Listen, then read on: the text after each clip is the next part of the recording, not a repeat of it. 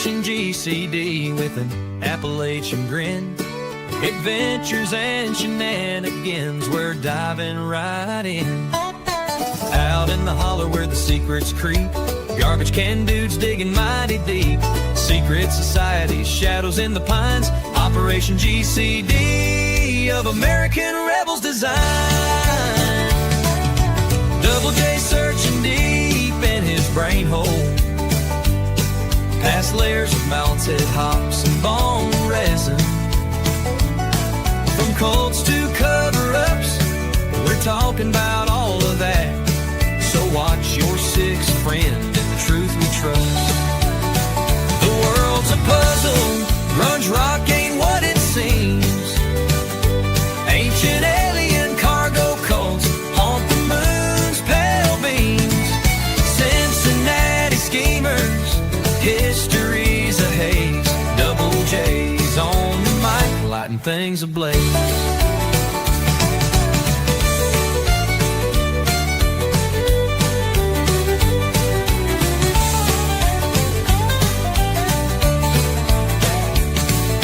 Operation GCD with an Appalachian grin.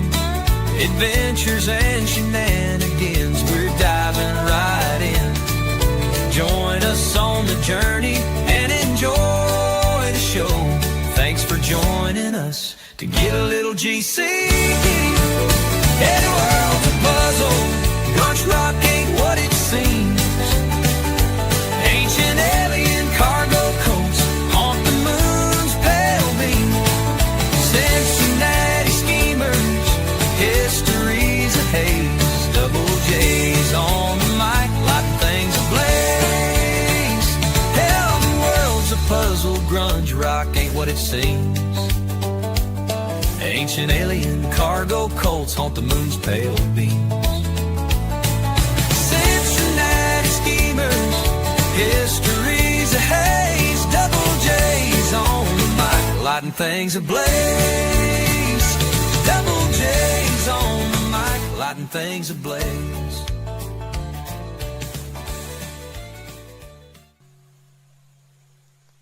Boom! Oh.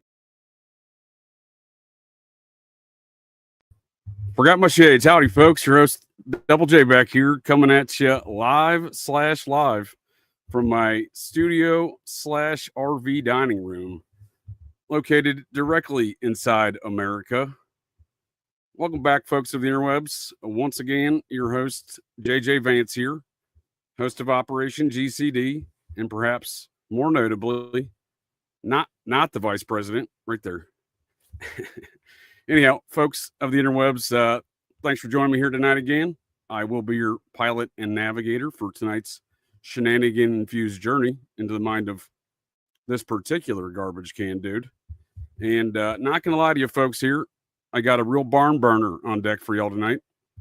And Operation GCD Sundaze, my tales of true crime and high weirdness that I've experienced on my my GCD adventures. So tonight's tale, the legend of, or actually legends technically, of Nathaniel Bar-Jonah.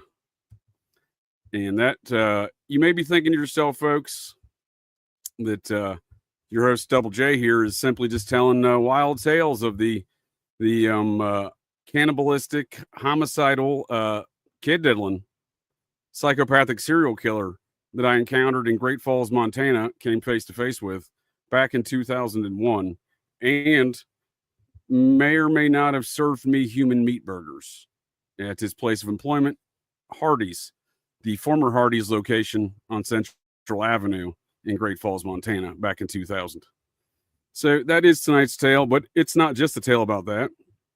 As Great Falls, Montana, well, this tale actually kind of ties into many, many topics I discuss here at a lot of tangential connections to other things here at Operation GCD. So the first of which, and the reason why I was in Great Falls, Montana, 26 years ago when I got there, my first assignment in the U.S. Air Force. And one of the things that I find very interesting is, obviously when you're dealing with, cannibalistic, kid diddle'n, homicidal, psychopathic serial killers, you may be thinking to yourself, well, that sounds a bit ritualistic. And I wonder if that has anything to do with a cult activity, going on in and around Bar-Jonah, who in fact, this story goes real deep with him, but let me finish these comparisons to other things, Operation GCD, before I dive a little bit more in those details in tonight's introduction. And that is, if there is a cult activity, or a cult of activity going on around with this fella, or was for that matter,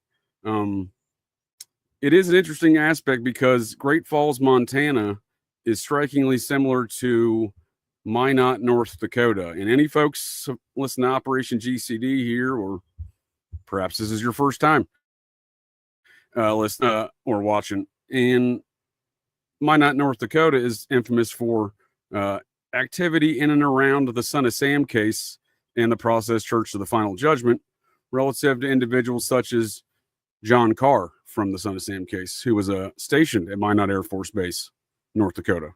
And that the missions at Minot Air Force Base and Malmstrom Air Force Base in Great Falls, Montana, are part of the same mission sets in command within the Air Force. So I do find there's a lot of similarities, not only in the size and demographic of both locations, but again, the existence of really the activity and economics in both locations, and that is Air Force business.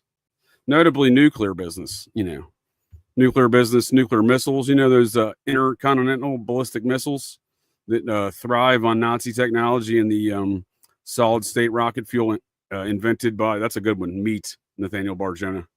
The solid state rocket fuel invented by Jack Parsons via magic rituals in the California desert. That guy. That kind of an intercontinental ballistic missiles, right? So I do find it interesting in those regards, but those aren't the only connections. Because like I said, Nathaniel Bar-Jonah wasn't always his name. In fact, he changed his name to Nathaniel Bar-Jonah while being locked up in the Bridgewater State Mental Hospital in Massachusetts. And any folks of the interwebs tuned into last week's show, or highly recommend you go back and check that out. Last week's Sundaze, I tell the tales of my interactions and former stalker who wanted to be my public relations representative real bad, Buffalo Jared Revisa. And I'll just give you a quick introduction for those unfamiliar with Buffalo Jared.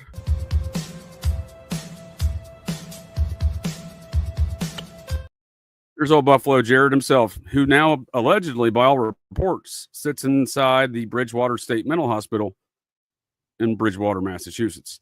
The same place where Paul David Brown, I always get that mixed up. Let me double check so I don't get that correct. Too many names. Nathaniel Bar-Jonah and then Paul David Brown. So David Paul Brown, my apologies. David Paul Brown was institutionalized for a series of very violent, sadistic activities dealing with kids over the years, beginning at the age of 5. However, he's institutionalized at the age of 20. And we'll go over those extremely sadistic and violent incidents in tonight's discussion, because there's no reason this fella should have been on the streets, right? Pardon me. There's no reason he should have been able to not report as a convicted sex offender. There's no reason why he should have ever been employed at a elementary school in Great Falls, Montana. And you may be thinking, well, he got lost in the system. I would argue otherwise. His entire immediate family lived in Great Falls, Montana, because he moved there where his father was employed at the Air Force Base after he was released from the Bridgewater State Mental Institution in 1991. Deemed to not be a menace to society, however, within months, Nathaniel Bar-Jonah would then reoffend in the same violent, sadistic manner towards children and be given probation. And in the terms of those probations was he used to go live with his mother in Great Falls, Montana. However, I assure you, after the end of that probations in the mid-90s, circa 96, he moves on his own there in Great Falls, Montana, and lives on his own. However, his siblings and his father has passed by this time, but his siblings and mother continue to live on there. So how anyone's not concerned that this dude's working at an elementary school, that's a different story altogether. But nonetheless, that is where he finds himself in once again, diddling kids and doing sick, sadistic things and killing kids once again here in Great Falls, Montana, when this man should have never been on the loose in the first place. But it is going back to that Bridgewater State Mental Hospital to understand that some of the reasons what I'm talking about, how that man Nathaniel Bar-Jonah should have never been on the loose on the streets, and that is this one statement from 1980. So, like I said, he gets institutionalized there in 77. So in 79. He spends 2 years in prison on a 20-year sentence for trying to kill two kids and kidnapping them both, and diddling them both, and leaving them for dead. One of the kids survived and saved his friend, and they both lived on. But the system failed those victims, because Bar-Jonah, he gets moved from the state prison on a 20-year sentence to the state mental hospital in 79, and in 1980, here is this statement. I think encapsulates the idea that the system failed and there was no evidence this guy of this, that, and this. And again, this speaks to greater occult activity, if you ask me, and possibly folks providing them some top cover. But that quote is as follows from a hospital psychiatrist there at the home of the current residents of Buffalo, Jared Revisa, the Bridgewater State Mental Hospital in Bridgewater, Massachusetts. They said about Bar-Jonah back in 1980, shortly after he arrived, that his sexual fantasies outline methods of torture extending to dissection and cannibalism. He expresses a curiosity about the taste of human flesh. So why in 1991 would they let him out of this place? Why in 1991 would Worcester, it's spelled Worcester, but I think they call it Worcester, Massachusetts district attorney said this guy's not a danger to society and put him on probation after reoffending moments after he left that same state mental hospital. And again, he changed his name back in 84 while he was in the mental hospital. So, these ideas, they don't, he just changed his name later. We didn't know where he was. Like, he'd already changed his name. So it should be no surprise when this man shocks a town. Look, looking back, because I was living in Great Falls. It was an alarming experience for the townsfolk of, at the time, I believe, roughly 50,000, with another 7 or so thousand, I believe, possibly 8,000 assigned to the Air Force Base. So it's not a huge city, and it was a pretty tight community. So when the headlines of things that came about relative to this matter, I think folks were shocked, but we didn't have all the information there at the time, right? When I say these things tie into other matters that I like to discuss here at OpGCD, I will be now's a good time to go ahead and mention my new OpGCD Thursdays Patreon, which is available both with both Sundays and Thursdays are available for $10 a month, and or if you don't like either one of these topics, you want to just do a Sundays or a Thursdays, I have those both available for $7 a month. However, this Thursdays, the first volume of OpGCD Thursdays, The Anatomy of Satanic Panic. As you can see here, I've Muppetized Colonel Michael Aquino, U.S. Army Special Forces Green Beret, psychological warfare expert, and founder of the Temple of Set, offshoot of the Church of Satan. And I would argue, based upon the man's own statements, an ardent subscriber and venerator, worshiper, if you will, of Aleister Crowley. So, and I think it is those special forces psychological operations, in part, that has caused us to not resolve these matters today in our society, where folks like Nathaniel Bar-Jonah can going around eating kids, multiple decades, killing kids, diddling kids.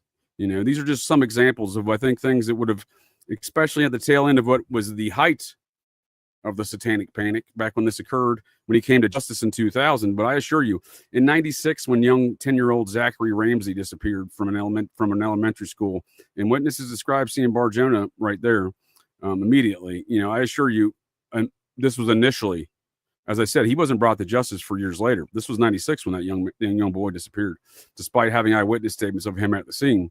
You'd figure that would be easy to solve, right? You got a kid diddling, homicidal, psychopathic, cannibalistic serial killer who's had numerous offenses, reoffended numerous times, and he's at the scene of this kid's disappearance. It doesn't get solved for 4 more years.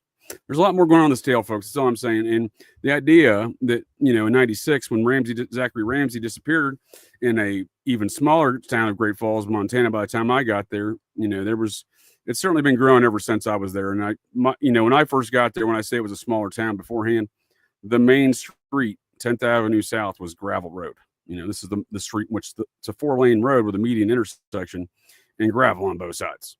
And I don't know if it's because of the winter and it was easier to maintain or what, but this is the main drag through town, not the downtown Central Avenue, where that Hardee's was that Nathaniel Bar-Jonah worked at. May or may not have served me human meat burgers, as the legend goes.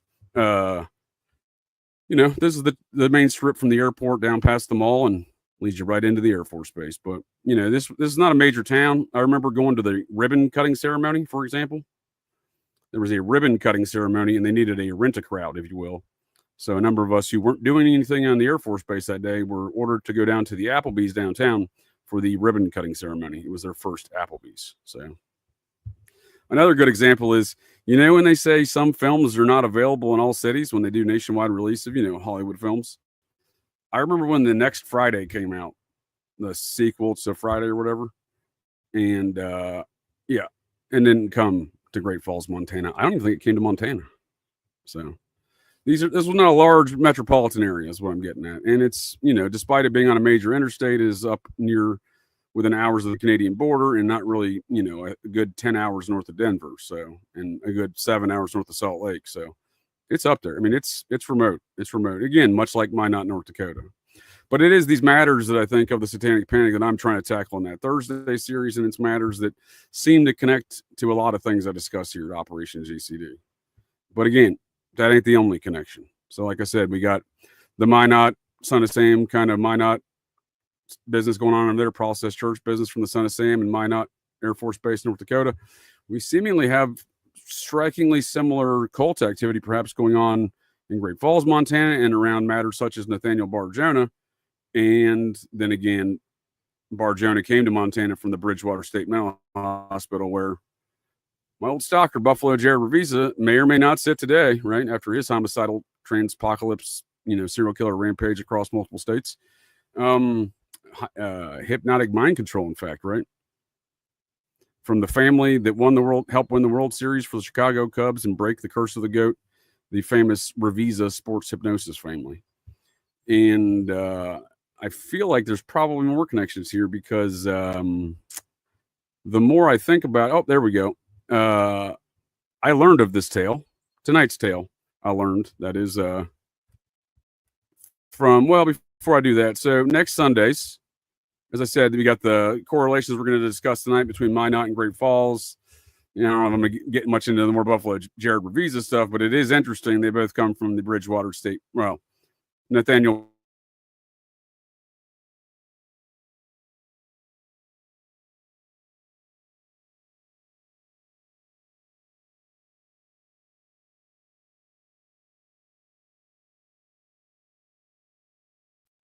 Oh, I'm back. And Buffalo Jared Revisa sits in that same Bridgewater State Mental Hospital today, allegedly. I'd like to see proof. But next week's Sundaze, I'll be discussing the case of Edward Wayne Edwards, the serial killer you'll have likely never heard of. Now, this man is perhaps the most diabolical serial killer that I've ever seen. Murdered folks across decades, documented and admitted and proven. The things that are not proven is what he did in between all those times where he's clearly seemingly, he's murdering folks in 1959, then he's murdering folks in 1996, and he's documented on murdering folks in the 60s and 1980, all crimes he admitted to before trying to get the death penalty. Well, I can assume that he committed a lot more crimes. And the man that did the seminal study on Edward Wayne Edwards and trying to bring out a lot of these other very occult, ritualistic homicides that Edward Wayne Edwards was associated with and involved in over multiple decades. A friend of Charles Manson. In fact, those two met at the Chillicothe boys' reformatory school in Chillicothe, Ohio, built on a mound when they were children. Anyhow, they were also both at Boys Town, the infamous Boys Town in Nebraska. But it is the detective who, from Great Falls Police Department, who ultimately brought Nathaniel Bar-Jonah to justice. That was the detective who did the seminal study here into Edward Wayne Edwards. So this is a man who not only this is his FBI most wanted picture here. I decided to Muppetize him, as I do everyone else these days. But this is a man who, after getting out of prison for that stint as the FBI's most wanted after justice caught up with him, for at least the bank robberies he was committing at that time, not necessarily the murders that apparently he committed, but he went on and committed a bunch more murders. He wrote a book about how the metamorphosis of a criminal, how he metamorphosized in prison, learned his ways, and is now a new man. He did that under a publishing house he set up and seemingly traveled the nation on various radio stations, TV interviews, lots of which are documented. And while doing these travels, seemingly committing murders in many of these cities. And even more diabolical than that, he would allegedly, it seems, infiltrate his way into folks' lives, frame them for murders, and doing so by working his way in as a fake doctor of psychiatry, etc. He also, apparently, in numerous instances, faked being a law enforcement officer in which to, get to his victims, which again is one of the details that John Cameron, the author that has gone into the seminal study here of Edward Wayne Edwards, asserts that he's the Zodiac Killer. Now, I'm not sure if that's the whole story, because I think the Zodiac Killer is possibly more of a ritualistic, you could call this again satanic murders. They do call themselves Satanism. However, I think it's more aptly described as some offshoot of Crowleyism, Thelema, that is. No different than Michael Aquino, the fellow I was just showing in Muppet form, and the infamous Temple of Set Church of Satan fellow, Colonel Michael Aquino. He himself a big fan of venerating Crowley. I'm not saying he's always in agreement with him, but if you read his writings, it's certainly a veneration and incorporation of his ideas in his own words. So while he calls himself a Satanist, there is that, obviously. So do that what you will. You call him what you want. Seems like it's a lot of ritual murder and hood rat shit, if you ask me. But nonetheless, Edward Wayne Edwards, the details given to the Lake Berryessa, the Zodiac killings, the man in the hood, the details he provided to the victim who survived, Brian Hartnell, I believe. Those details were actual details from the life of Edward Wayne Edwards. However, they didn't occur in August 69 when that occurred, or was that September 69? They had occurred 10 years prior in 59 when he was the number one most wanted man in America, or top 10 at least. I think he was number one. We'll go over that next week. But anyway, the guy who solves tonight's mysteries, or at least brought this man to justice in some respect, I would say not solve, because again, I just highlighted how there's a lot of details, and I'll be going over a lot more of those mysteries and details here tonight in the Patreon session of tonight's tales. But it is John Cameron, retired detective from Great Falls Police Department, who did bring Nathaniel Bar-Jonah to justice back there in 2000, the winter of 2000. I believe he was arrested in December. So, and it doesn't stop there, folks, because one more connection tangentially to other matters here at Operation GCD.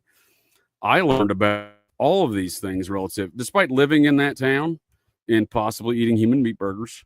Like I said, he was arrested in December of 2000. Well, at the time I was deploying to Saudi Arabia. I would not return until May of 2001. And I didn't hear anything about this in between. And it wasn't until I got back where anyone, where I was connected back into the community and whatnot to hear these things. But I'm back a day from Saudi Arabia. I'm standing in a grocery store when I see a Weekly World News. And that Weekly World News, the cover of it reads, Montana man serves kids up to a barbecue, to a church barbecue. And I know what you might be thinking, tabloids, those don't have real information. But I assure you, I opened up that page because I was said, I'm standing in Montana. I'm in Montana. I live in Montana. And I open up the page to the Weekly World News and I start, going through it. And I see, oh, well, shoot.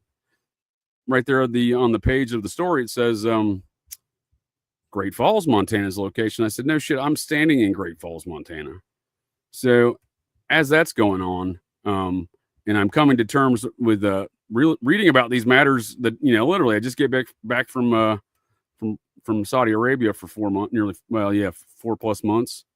And then I see that and I was like, oh, this is wild, So I'm reading it. So I'm just saying, sometimes, not all the time, but sometimes there are true things in tabloids. And I say that to make this point because I have an occult and or esoteric review coming up next Wednesday, the 25th here in Operation GCD, of one of my favorite films, and that is So I Married an Axe Murderer. And I'll to plug that for a brief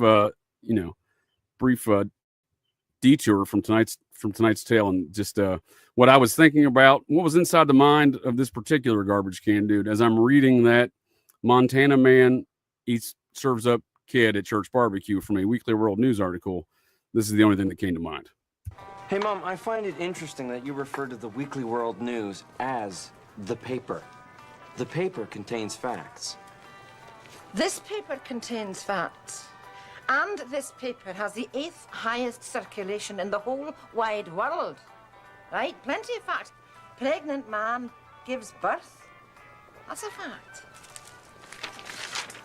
There it is, look. Look at this. So that was so I Married an Axe Murderer, and I got that coming up next Wednesday, the 25th. But, it is an ongoing thing. Mike Myers' character there. He's been in the news recently in the Diddy trial, apparently connected to some sort of CIA activity. That seems interesting. But it is this character in the film that his mother is describing to him there, that there's a serial killer who's murdering her husbands, and that's the basis of that tale. So I Married an Axe Murderer. So in that story, those in that fictional tale there, yeah, of course, the there was truth there in the tabloids in Montana in May of 2001. Again, not only was there truth in the tabloid, it's where I learned about tonight's tale for the very first time. And this is it right here. We actually have some David Koresh stuff at the top. But towards the bottom of that cover of this Weekly World News from May, this was May, let me tell you the exact date here, folks. This was May something, give me a date, 22nd, 2001. And it says, Montana cannibal serves barbecue kid, quotes, to his neighbors. So sometimes you do find the truth inside some of these tabloids, because I found a lot of truth in that tabloid. Because obviously that was an interesting day in Great Falls, Montana for me once I had read that article. It wasn't on the 22nd. It was shortly thereafter, though, because I do recall it being just prior to Memorial Day weekend. And then I see these things and other matters I discussed here at Operation GCD, and I realize it's easy to discount, as I discounted in December.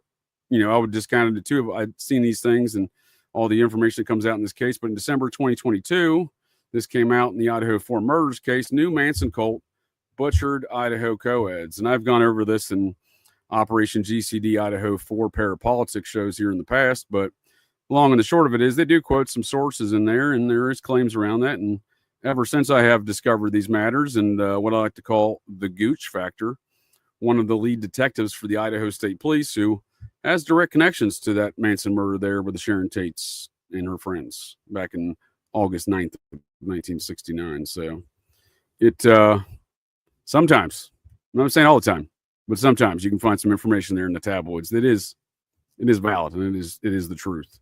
So these aren't just crazy tales, seemingly wild tales, at least from my GCD adventures here. But the legends of Nathaniel Bar-Jonah, they go deep. Like I said, possible extended cult activity.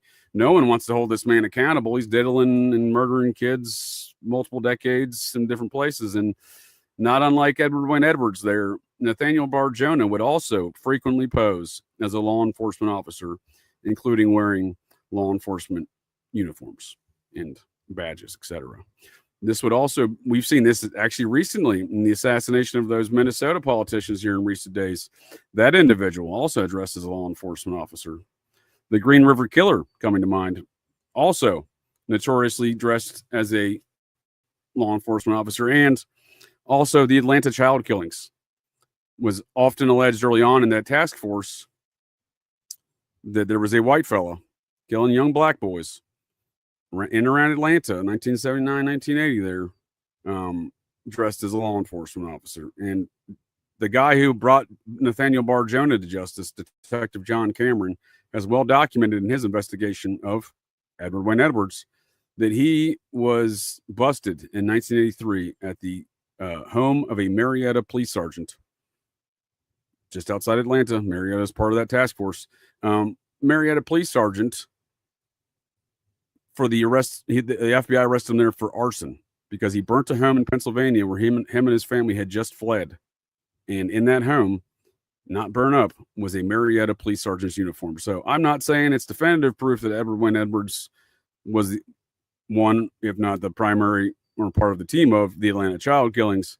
But it does seem that John Cameron, the detective that brought Nathaniel Bar-Jonah to justice, did in fact document how Edward Wayne Edwards had a Marietta police sergeant's uniform, was in Atlanta at the time, and had been staying at a Marietta police sergeant's home, the place where he had been arrested in 83, despite that uniform being up in Pennsylvania at the home of that arson. So, it is very interesting when it comes to these matters, but it is those matters in this kind of larger framework of a network that seems to appear not just in and around Edward Wayne Edwards, but, that makes me wonder, how does Nathaniel Bar-Jonah do what he did and get out on the street? And we'll look at some of those details and some of those folks that are involved in that process, no pun intended, of, allowing this homicidal, psychopathic, cannibalistic serial killer back on the streets, kid diddling serial killer back on the streets time after time to repeat offenders, right? To not track the man, to allow him to get to work at elementary school. Again, where's his family at? They live in the town. No one's making mention of this guy working at elementary school as a janitor at one point. Doesn't make a lot of sense, folks. Does not make a lot of sense at all. But this will be the conclusion here of our Patreon preview portion here of tonight's tale of the legends of Nathaniel Bar-Jonah, who did in fact die in prison, allegedly of a heart attack or a blood clot, depending on the reports, back in 2008. So I can tell you one thing: the world's a better place, because I came face to face with Nathaniel Bar-Jonah back in the Cascade County Jail in 2001, and about 18 inches between our faces, some plexiglass in between, Hannibal Lecter style. And I'm not gonna lie to you, folks, I can assure you that was pure evil I saw in those eyes. So folks of the interwebs, I appreciate you joining me here tonight to get a little GCD, and I hope you all can join us over there on the Patreon portions of the rest of this tale tonight or in the future. If you hear this broadcast in the future, that is. And other than that, see you folks on actually Wednesday night this week. I got a Operation GCD Occult and Esoteric review of the film Ghost Story from 1981, written contemporary to the Son of Sam stuff back in 77, 78. The arrest of David Berkowitz, that is. Yet the author of this story that would later be adapted into a film a couple years later wrote a variety of aspects. He knew a lot of information about the whole Son of Sam thing looking back, right? At a time when he wrote this contemporary to the arrest of David Berkowitz. And he incorporated a lot of process church and stuff in there as well. So that's coming up this Wednesday night, Operation GCD Occult and Esoteric review of the film Ghost Story with the author John Mitchell and the Occult Rejects. So, and then next Wednesday, Occult and Esoteric review of So I Married an Axe Murderer. But again, don't miss out Thursday, 8 p.m. Eastern Standard Times here, Eastern Daylight Times, wherever that works. The Anatomy of a Satanic Panic. Again, I won't be necessarily getting into the more infamous cases, but unpacking the narratives that got us here, how these matters still plague our society today, and incidents like even tonight would fall into this category of when we ignore these things, the problems don't go away. They just seem to evolve, and they evolve into giant 300-pound kid diddling, cannibalistic, psychopathic serial killers who for decades goes around jumping on kids' chests and murdering them and kid diddling them in the process. So, and that is Nathaniel Bar-Jonah, and he was caught numerous times, let go numerous times. And again, I think it is matters relative to that satanic panic where we can't quite resolve these issues in our society today. And I would argue, while there was actually a very generated panic around these topics, there was also a series of ritual homicidal maniacs, not unlike Nathaniel Bar-Jonah or Edward Wayne Edwards, going around murking folks. And you can say it for Satan, you can say it's for Thelema, whatever their value systems is. It's a ritual, it's a cult, and it all falls under this broader term of satanic murders and the associated satanic panic. So I'm not saying there wasn't a panic, because there was a generated panic to cause folks to dispel any actual serious thought processes or, consideration that this is a larger problem plaguing our society. Until we address it, it ain't going anywhere. So folks of the interwebs, I'll leave you there on that note. And folks of the interwebs joining me on the Patreon side, I'll see you over there momentarily. And I apologize if I couldn't keep up with the chat there, but trying to keep this narrative, and I appreciate y'all joining me here, and catch you next time.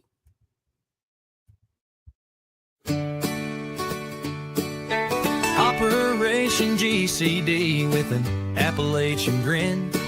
Adventures and shenanigans, we're diving right in. Boom! Nope. Welcome back, folks of the interwebs. I'll wait here a minute so folks can get in here, make sure this broadcast is not running into the same problems I ran into last week with blocking folks from accessing it. So as I click through here,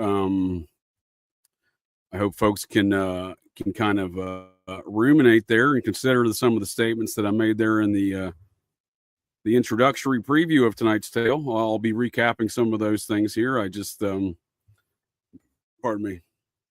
I think it's interesting. We're dealing with circumstances where it's hard to say the system failed, right? It's hard to say that this guy just kind of slipped through the cracks and, was able to achieve what he was able to achieve, sadly, and victimize the folks he was able to victimize, right? So I think that's very important to consider. So, I'm just saying, going over all these details and, unpacking these matters around the legends of the kid diddling, psychopathic, homicidal serial killer. Oh, disregard. I knew I was forgetting a word there. Cannibalistic serial killer that may or may not have served me human meat in 2000, whom I came face to face with in 2001. Nathaniel Bar-Jonah, born David Paul Brown, right? David Paul Brown. So let me make sure I'm not jammed up here again. And we'll get started, folks. So it looks like that should be good. And looking good here. Maybe. Yep. All right. Well, we'll get this thing started. Folks will join us when they get here, but it looks like everyone has access to it who wants to access it. Because again, I do apologize for last week's technical difficulties, as I saw after the show, folks were having trouble accessing the show. So looks like we're good tonight. And on that note, Nathaniel Bar-Jonah, David Paul Brown, right? So again, I first discovered this guy. Again, I wasn't totally disconnected when I left Great Falls, Montana, but I certainly, I was a young man, wasn't necessarily connected to the news necessarily, but I knew the friends that were townsfolk there, and my roommates and I, two of us went to 2 out of the 4. We went to Saudi Arabia. The other 2, well, they stayed in Great Falls, Montana. And, I didn't talk to them all the time, but email occasionally and talked to them on the phone a couple times. And my 4 months that we were gone, and never once did anyone mention this tale to me. So that was obviously a bone of contention I had when I did find out about this. I'm like, how do y'all? And like one of my roommates didn't even know. He's like, "What do you mean, dude? We ate human meat burgers?" I'm like, "That's the fucking story, bud." Because here, before I went to Saudi Arabia, before he was arrested, Nathaniel Bar-Jonah was brought to justice in December of 2000. And I discovered this in May of 2001, this here article at the grocery store there in Great Falls, Montana, the Albertsons on 10th Avenue, that gravel road that I was referring to. They paved it by the time I got back, so that was nice. Nonetheless, this thing blew up my brain hole for sure. So I immediately started asking everyone I could around town for details and whatnot. So, there's some mysteries today regarding some of these things. The detective who investigated it cites a lot of these cannibalistic things and suspicions of more cannibalistic activities and other victims that weren't brought to justice under. But again, the man who does the investigation isn't the man who prosecutes the case. So it's not necessarily his fault, is what I'm saying. I'm not pointing fingers there, but I don't think this was the only victim he had. I don't think this was an isolated incident. And from everything I gathered real time there, and he gets arrested in December, and he's there in jail in Cascade County Jail waiting trial. That's when I ran into him. So yeah, I did a little bit of partying and got a Dewey. Well, I got pulled over for being intoxicated, and it was my going away party there in 2001. In fact, I had decided to leave active duty as I earned a college scholarship in which to go to college on an ROTC scholarship, and then come back. I get paid as an active. It's as if I was on active duty still. I never would leave active duty. I would just go. My job was to be a college student, go to ROTC on a program, and then I would have to serve X number of days back in the Air Force as an officer to pay back my time from the free college and stuff too, right? So that was my punishment essentially, because for this DUI experience, I would refuse all field sobriety tests. I'm not an attorney, folks of the interwebs, not an attorney. I'm also not the vice president. However, if you're facing, a DUI, and I don't recommend it. I'm just saying I was young and dumb at the time. But if you're facing DUI, it's if you want easier circumstances, I would recommend you perhaps not engage in the field sobriety tests and the breathalyzers. Then that way you can just get a failure to comply, which mine was 6 months suspension of my license, and not nearly as an increase in insurance as the Dewey, and again, not the same charge as a Dewey. So, but it was that my mouth, I guess, that I should have restricted a bit, because I felt like mouthing off to the officers who didn't like me not doing the field sobriety test. They didn't like me doing the breathalyzer, and I didn't like them telling me they didn't like it. So, in punishment, they in the jail, they took waiting for my first sergeant from the Air Force Base to come pick me up, which it's about an hour or so, hour and 15 maybe. It's like 3 or 4 in the morning. They pull a bench over to this plexiglass cell that's sitting over in the corner, and it's, I immediately sit down. They handcuff me. I look up, and I'm literally face to face through plexiglass with this dude, and I immediately recognize him from that very article of the Weekly World News. So I do find that kind of be a comical aspect of this, because again, I understand it's the tabloids and everything, and oftentimes there is a lot of fictional shit in there. Like, I don't think there's a real bat boy in the Weekly World News, but they do have some facts and information that maybe not as there's salacious details that are not mentioned in mainstream media outlets, because I think there's a large cover up with all these kind of satanic murders, which is why, again, I'm focusing on unpacking that satanic panic. But to this tale, the Weekly World News, and how I learned about it, again, as I'm reading that article, this is all I can think about. This Mrs. X, the honeymoon murderer. She marries men under fake identities, and then she murders them. Now, she's murdered 3 men already. Look, victim number 1 was a lounge singer. Victim number 2, a Russian martial arts expert. No. And she's also killed a plumber named Ralph Elliott.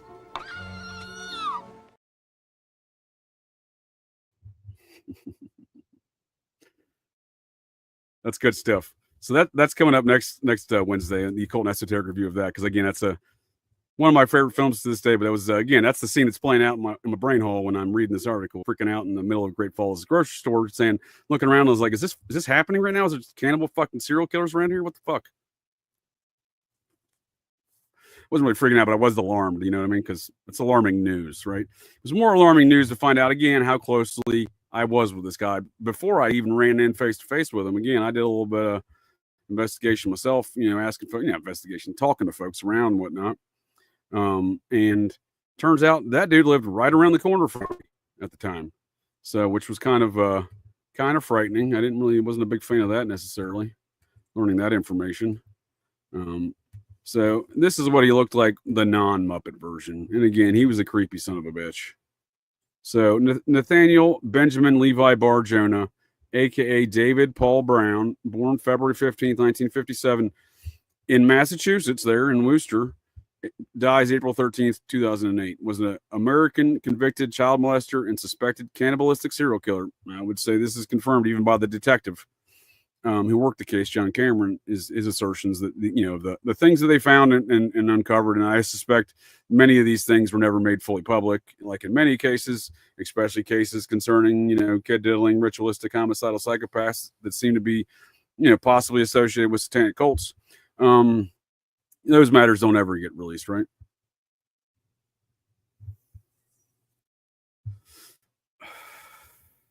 So while we're here on this topic, we'll do a quick bio here. And this is actually the Wikipedia, the source of all information on the interwebs. Actually does provide a pretty accurate description of the man's history. Well sourced too with the different sources. But looking through here and verifying things, this is an accurate portrayal of events. Because finding some of the court documents, especially some of the stuff from Massachusetts, much like we found out with Buffalo Jared Revisa, not that easy. And much like Buffalo Jared, Nathaniel Bar-Jonah here was a criminal in both the states of Connecticut and Massachusetts.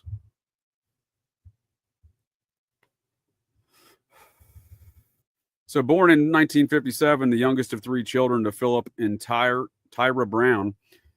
Philip, an aircraft mechanic, and Tyra, a housewife. Now, they move around a bit. He's born in there in Worcester. They move back to Worcester later, but sometime after, I think he was 5, they moved to Florida and stayed there for 6 years, where his father worked for McDonnell Douglas, right? This employment is what gets him employed and moving to Great Falls, Montana, right? When that precisely occurs, I don't know. So this is the other thing that concerns me. As I'm trying to track the locations of these folks in Nathaniel Bar-Jonah's life story, and despite knowing his names and locations, his family and everything else like that, it seems, and I can't conclusively prove this yet, but we'll see that as we unpack the chronology of this timeline.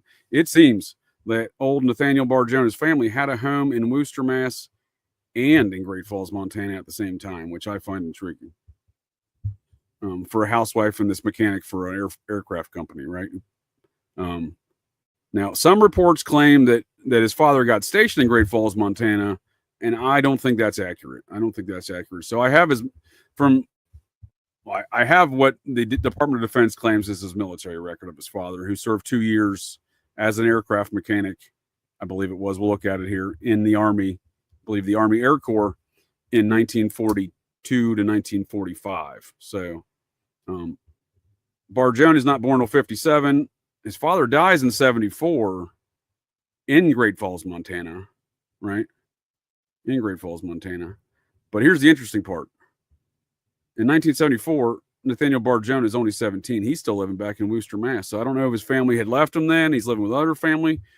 It's not precisely known. What I can tell you is his family moved to Great Falls, Montana.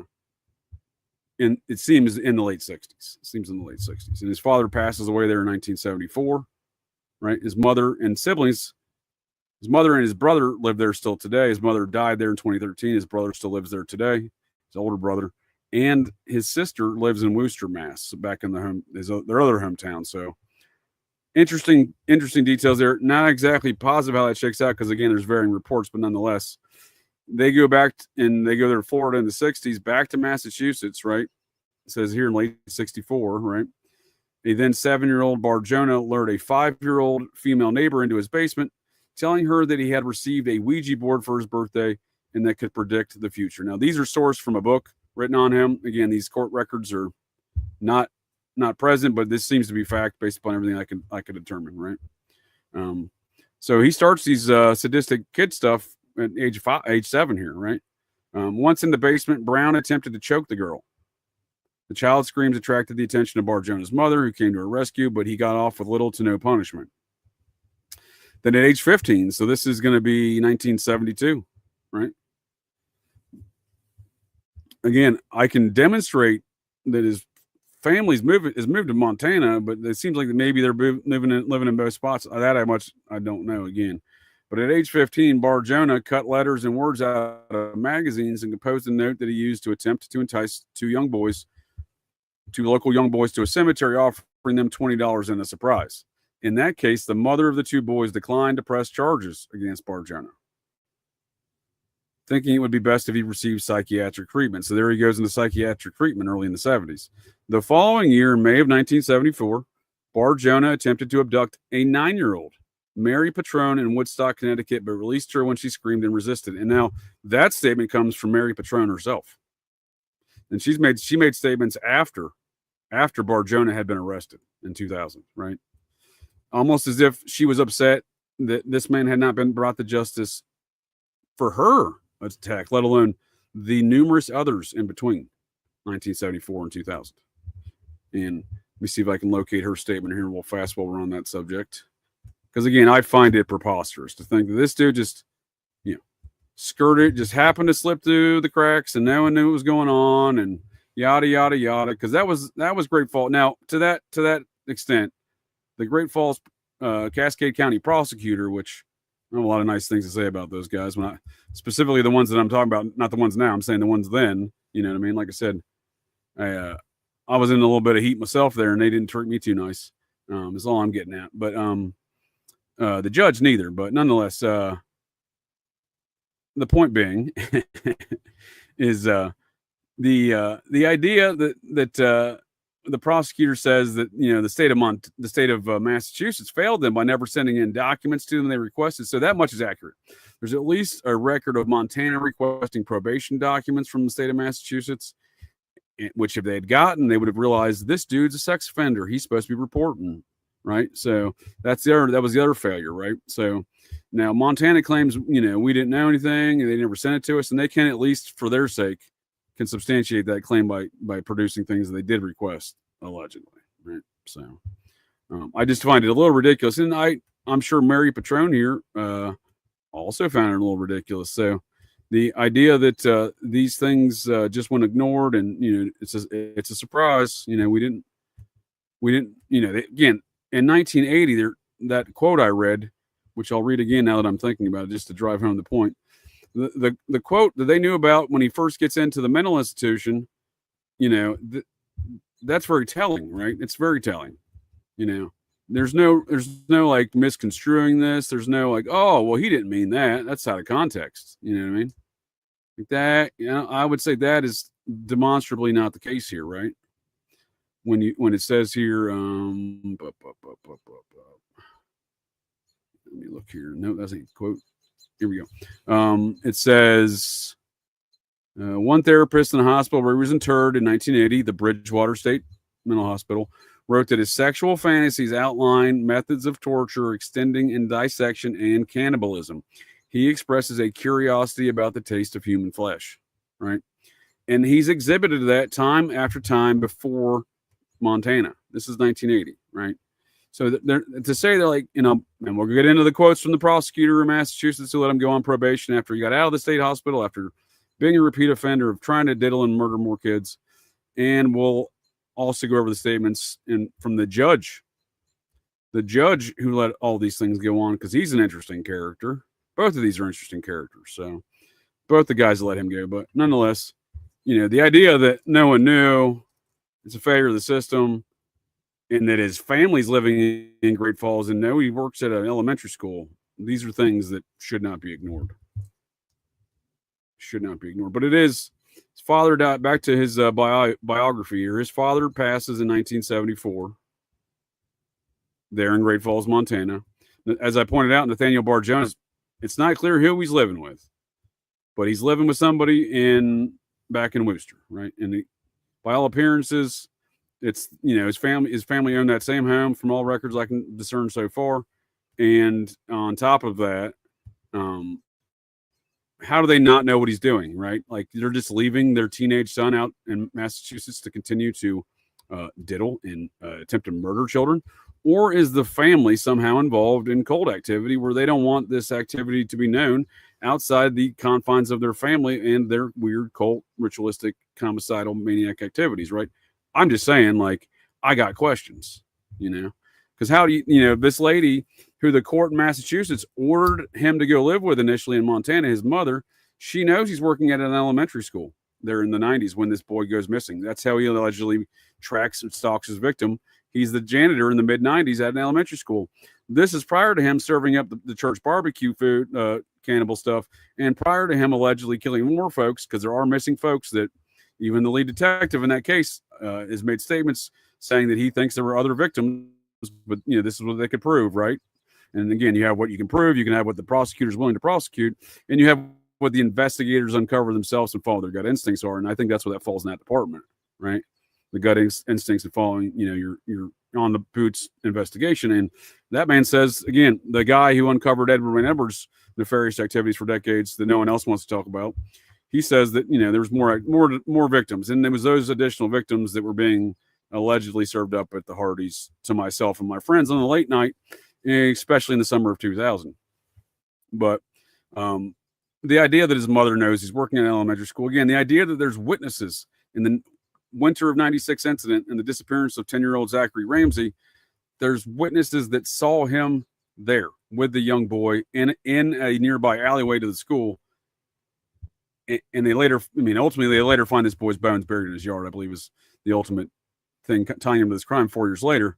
But the idea that you have this kid diddling, homicidal, psychopathic, cannibalistic serial killer, right?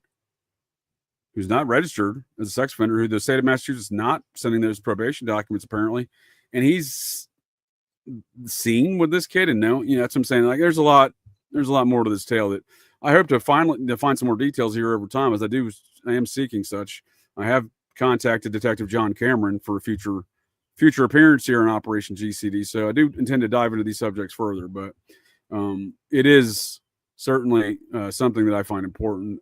Salient characteristic in this overall narrative and tale is it seems like the intentional failure of the system. But then again, his family, who would have known these things. But again, I don't know how you see this dude even if you don't know his background or history, like you should investigate the guy if he's the last one seen there, and you look into the guy. You should be able to find out answers. Well, shit, this guy's suddenly not reporting shit. We should be onto this guy, right? That should be real easy to find out if he was identified. Let's say this guy known as Nathaniel Bar-Jonah is the guy witnessed. When you start looking at Nathaniel Bar-Jonah, you quickly find out he changed his name. He's a diddler, et cetera, convictions in Massachusetts. So it seems like no one, in 96, no one looked into this. And again, I assert, based even upon my own conversations with the townsfolk,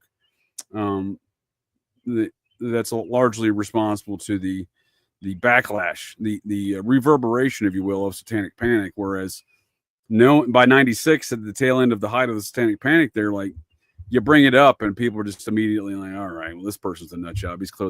He's doing that satanic panic stuff. So I think that that propaganda machine and campaign is what had deterred and allowed things like the death of Zachary Ramsey. That's my opinion. But back to the crimes and the legends of Nathaniel Bar-Jonah here that occurred before I encountered the man, but certainly speaks to the overall situation here of what the hell is going on. So at age 15, whoa, that's not right. I meant to read that and not close it. And if any folks are got any questions, by all means, pop it in the chat. It's far easier for me to track here, as I'm not trying to so I'm trying to maintain the narrative. I'll come back to the chat at certain times. So if you want to leave some comments or questions, I'll be happy to address them. May not see it immediately, but I'll get back to here at some point. So when we're looking here at the biography, like I said, his family's in Great Falls. It's 1974. His father dies shortly hereafter in May. I think he dies in June. And that's when he tries to abduct the 9-year-old, Mary Patrone. And at some point in time, I'll discover Mary Patrone's statements that I have here somewhere. But nonetheless, his mother, his brother, his siblings are living in Great Falls. His father's dying up there. He's living in Massachusetts and, attempting to abduct 9-year-olds. Again, he's at this point in time, he is 17 years old. February of 1974, he turned 17. So 17 and a half almost. So it says here by March of 1975, now age 17. Oh, that's right. He was born in 57. No, he should be 18 in 75. Born March of 57. So this is wrong. Now aged 18, right? So, well, that's interesting because I can't find this case right here. So this is the case that puts him away for 20 years, right? So this is an interesting thing we just pick up on, because I wonder if the reason I can't find any record of this case in Massachusetts is because he was prosecuted as a minor, because that's what this is inferring. Even though in March of 1975, can I not count right? February of 1957, right? I have his birth record here. This is correct. February 15, 1957. Worcester, Mass. So in March of 1975, he's 18. So I wonder if they prosecuted him as a minor, huh? That's interesting. More to follow on that one, folks. But Bar-Jonah impersonated a police officer in order to abduct an 8-year-old, Richard O'Connor, on his way to school. Proceeding to sexually assault and choke the boy. Oh, this isn't the one that got him 20 years. My apologies. A neighbor looking out her window observed the abduction and notified authorities, who began searching for O'Connor. A patrol car later observed a vehicle matching that used in the abduction parked far away from others in a parking lot, and after calling for backup, ordered Bar-Jonah out of the car. A bloodied O'Connor, the 8-year-old, was found inside the car, having defecated and urinated on himself from the sexual assault, and was near the point of death. So what he would often do to his victims here, Bar-Jonah, that is, or at the time, in 74, 75, I'm sorry, he was still known as Paul David Brown. He was always a large man. I believe he was nearly 300 pounds when he passed in their Red Lodge Prison. Red Lodge Prison, Montana, the same place where Edward Wayne Edwards would escape in 1959 in a prison riot that resulted in the death and murder of a prison guard. That would be the same. He then escaped to Mexico. Those were the same statements made at Lake Berryessa in August of 69. The man in the hooded mask and the Zodiac killings at Lake Berryessa told Brian Hartnell, the surviving victim, I just escaped state prison in Deer Lodge, Montana. Murdered a well, I don't know if Edwards never got attributed to murdering the guard, right? But a guard was murdered in the prison riot. However, the Zodiac guy does tell him that he murdered a guard in that prison riot. So a guard was murdered. Whether or not it was Edwards was never proven. But the Zodiac hooded fella at Lake Berryessa, August or September of 69, he does tell him that. That's what he says. I escaped state prison, Deer Lodge, Montana, killed a prison guard, stole a car. I'm on the way to Mexico. These were the statements and characteristics shared with Brian Hartnell. So it's difficult. It's a point I really can't move past. I'm not saying I understand the whole thing and that Edward Wayne Edwards was responsible for every Zodiac situations, but it does seem to be very related. So on that note, one of the things the Zodiac killer wrote in his letters was that he got his rocks off murdering young women. And in 1980, an individual murdered a young Lover's Lane murders, young man and a young woman, I believe 19 and 20 in Wisconsin. And in 2008, they did a cold case testing of the DNA some semen left on the outside of the female victim's jeans, who was strangled to death. Again, on the outside. She was not raped. She was semen on the outside of her jeans. It seems that when they tested that DNA and it came back to Edward, they tested that DNA after Edward Wayne Edwards' daughter called the authorities and said, hey, I think my father killed those people, right? And she saw it on TV or something. She's like, hey, we were in that town in rural Wisconsin. We left the next day, the day of those murders, on a hurry, et cetera, et cetera. She was like 9 or 10 at the time. She calls police years later, 25 years later, says, hey, I think my father did that. After she sees a show of it, they go get a warrant for his DNA. It comes back to a match of that on those jeans, where it seems Edward Wayne Edwards got his quote unquote rocks off strangling this young woman in Wisconsin in 1980. So there's a lot to be said there, I think, but nonetheless, and again, it often impersonated police officers. So I think, again, a lot of that's very interesting to me, but I keep getting lost in Edward Wayne Edwards wormhole here, but that's next week. So the bloodied O'Connor near point of death. Oh, so being nearly 300 pounds and 250 plus, I believe, most of his adult life there, he was notorious for jumping up and down, like sitting, like squashing the young boys in their chests to kill them. So he would, that apparently was his mode of operations. So a few days, so this happens in 75. He's busted right there, right? You think they got him? Nah, he gets let off on that one too. A few days before his high school graduation, Bar-Jonah drove to nearby. They sent him to a probation and therapy, like mental health or whatever for that. I think he did 6 months in a mental health facility for that one, if I remember correctly. And it's not listed here, but I'll look for that in a moment as well. He definitely did a stint for a few months. It wasn't Bridgewater. He did a stint in the mental hospital. Then he got out. Then he does it again, right?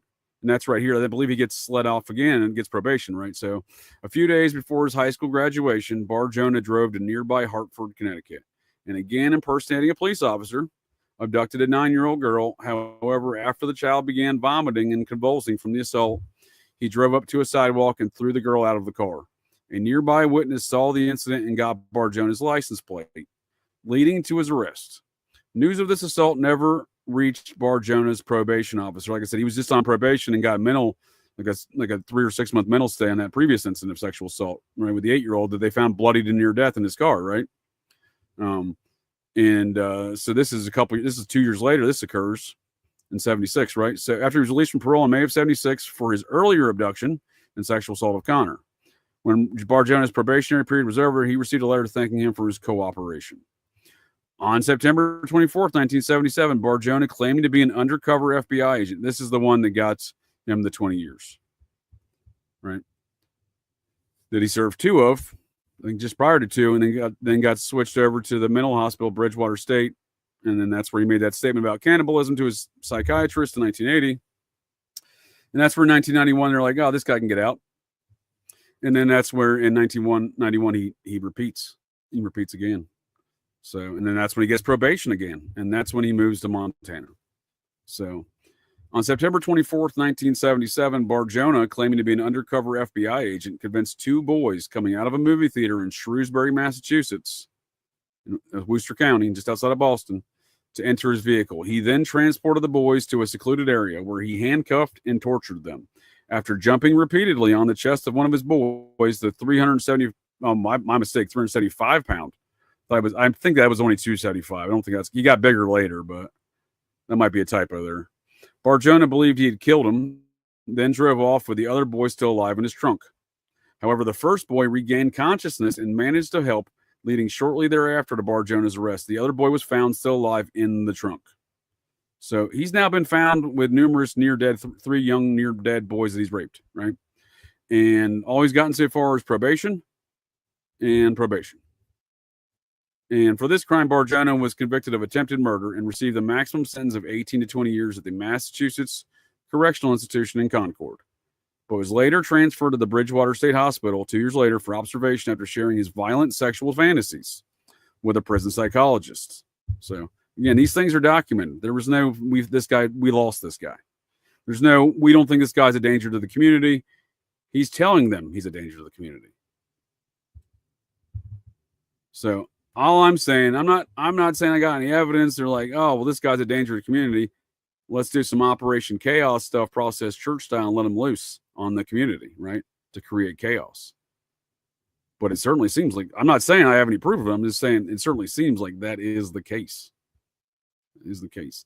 And I'm not saying it's process church specifically. What I am saying is it falls within this network of satanic activity that is related in and around these process church activities. And like I said, not unlike Minot, North Dakota and their process church activities, all I'm inferring is perhaps a very similar town with a very similar demographic and economic composition based around the Air Force and their nuclear missions.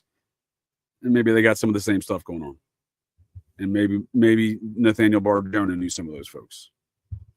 So in the 1977 incident, like I said, he gets transferred.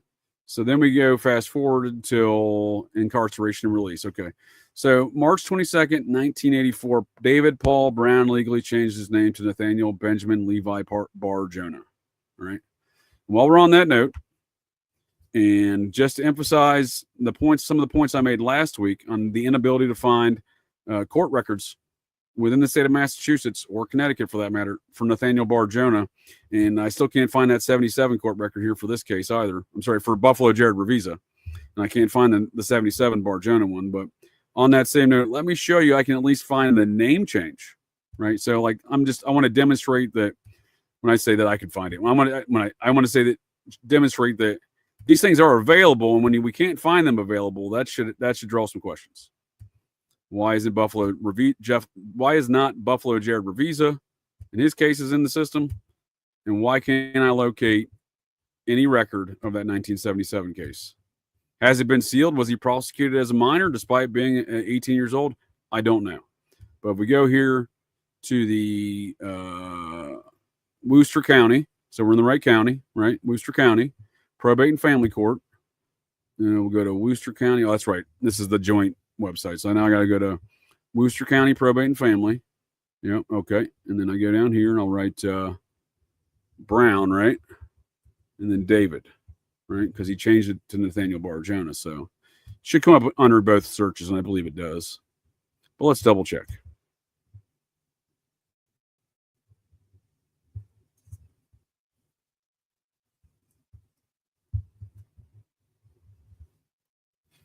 So we got here, and we look at filing date. Maybe. All right. Doesn't want to sort by that, so we'll scroll down here. 1994, 2005, oh, there we go. 1988. No. We need, oh, you know what? I looked this thing up, and while it was filed in 1984, they have it listed here as a 2003 date. Maybe. Wow, it's not coming up under this name, is it? Huh. Maybe I just searched it under Nathaniel Bar-Jonah. Oh, you know what? It wasn't Worcester County. He did this while he was in the mental asylum. It's Plymouth County. Aha. Onto that mystery.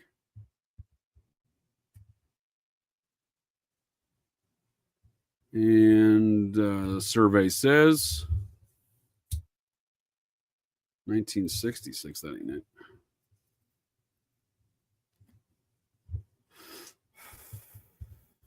David Paul Brown, though, divorced in 1966. I just want to look at this real quick, folks, because I don't recall seeing that. Huh. Disposed of in 2003.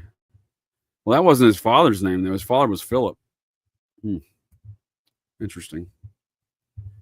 I mean, that's not that uncommon of a name, I guess. So let's see here. Name change. Here we go. Change of name managed. David Paul Brown. We can click on this and we can see that he changes it to Nathaniel Bar-Jonah. Right here. Nathaniel Benjamin Levi Bar-Jonah from David Paul Brown. So, you know, I just wanted to emphasize that, you know, some cases in these Massachusetts, I mean, Buffalo Jared's case is in Plymouth County, right? This is the same court we're searching right now, Plymouth County records. So it's odd. It's very odd. So when we go back into his timeline here, though, let me go back here to the narrative of the biography of one Paul David Brown, Nathaniel Bar-Jonah. And we see that he legally changed his name, right? And later in 1984, along with two psychologists that had evaluated him, he won a parole hearing after the psychologist testified that he was no longer a threat to society. Just go ahead and highlight that there. Superior Court Judge Walter Steele ruled that the Commonwealth of Massachusetts had failed to prove that Bar-Jonah was dangerous and ordered him released on February 12th, 1991. Now, I don't know, folks of the interwebs. Is there anything that I've said thus far in the legends of Nathaniel Bar-Jonah that would not indicate that they knew he was a danger? Because it certainly seems like you got at the age of 7, he's trying to diddle and violently attack and rape and possibly murder a 5-year-old. At the age of 9, or at the age of 12, he does the same thing to a 9-year-old, right? In 14, at the age of 14, he does it to a 7-year-old, right, or an 8-year-old. I'm sorry, they catch him in the car with that 8-year-old, right? I guess he was 16 at that time. So the 7-year-old, then the 8-year-old, 16. They catch him with a bloody, near-dead kid at 16 years old, and then at 18 years old, despite them claiming he was 17, in a court case that I can't find, and seemingly he was prosecuted as a minor. He kidnaps those 2 boys, posing as an FBI agent. So he's done it numerous times, posing as law enforcement. He's got numerous victims. He's almost killed young boys found bloodied and raped. You know, with him. Seeing it, doing it to the scene, and they're going to try to claim it. Then he tells these psychiatrists that he wants to kill and eat people, and then this judge says, "You know what? You bring up a solid point. This guy's not a danger to society. I don't know how this isn't intentional, right? And again, the Montana folks can claim ignorance, but, I'm not really willing to buy that too much either. The prosecutor, that is. It's like, oh, we didn't know. Well, if you didn't know, then why would you not keep asking for those documents? If you knew the guy was supposed to be on some sort of probation, they apparently had gotten notified of that. But past that, they're like, nah, it's not our problem. It became the problem when you start eating your local kids there, bud. So while we're on that note, Judge Walter Steele. Let's look to see who that guy is real fast. Because like I said, it is interesting the characters who let him go, because immediately after he gets let out of this situation, right, he reoffends again. They find him again with kidnapping young kids, sadistically torturing them, raping them, and nearly killing them, right? So, and he gets more probation. That's all this dude gets is probation. So, Walter E. Steele, age 78. This is his obituary. Passes in 2005. The Honorable, well, I'll object to that one, Your Honor. The Honorable Walter E. Steele, the bespectacled former Superior Court judge who was a well-known figure on the Vineyard, Martha's Vineyard, the hometown of Buffalo Jared Revisa. Just saying. Kind of creepy. He died at St. Luke's Hospital in New Bedford. He was 78. Judge Steele, who presided over the Edgartown District Court and later the Dukes County Superior Court. These are the courts there in Martha's Vineyard. This is apparently where he went after. He was there in Plymouth County. Again, Plymouth County, where the Bridgewater State Mental Hospital is located, where Nathaniel Bar-Jonah was let loose for not being a psychopathic, homicidal, cannibalistic serial killer. Diddle'n serial killer, according to Judge Walter Steele, and where Buffalo Jared sits today. But Judge Steele, I'm sorry, this was before, I suppose this was before his time in Plymouth, because it says Judge Steele, who presided over the Edgartown District Court and later Dukes County Superior Court, both on the island on the Vineyard, earned fame in 1969. Okay, so he was doing the judgeship later. So he starts out. This is the important part. I'm meandering about here, but this is the important part right here. He earned fame in 1969 as the special prosecutor who brought charges against Senator Edward M. Kennedy for leaving the scene of the infamous accident at the Dyke Bridge. That infamous accident, folks, is the Chappaquiddick incident, where Teddy Kennedy drove a young female off a bridge in his car, supposedly in it himself when it went over the bridge. He claimed to have escaped, swam out, went home, went to sleep, and then got up later and pretended like it never happened. So when they say that this guy brought that man to justice, he didn't do shit. He didn't do shit to Ted. In fact, Ted walked. That young female, however, has a very processed church connection. The young female in the Chappaquiddick incident, that is. So she was essentially the closest staffer, right? And writer, so anything that Robert Kennedy, when he was running for president on his presidential campaign in 1968, before he got murked by Double Sirhan, who has a lot of processed church connections. As the story goes, Double Sirhan did, obviously.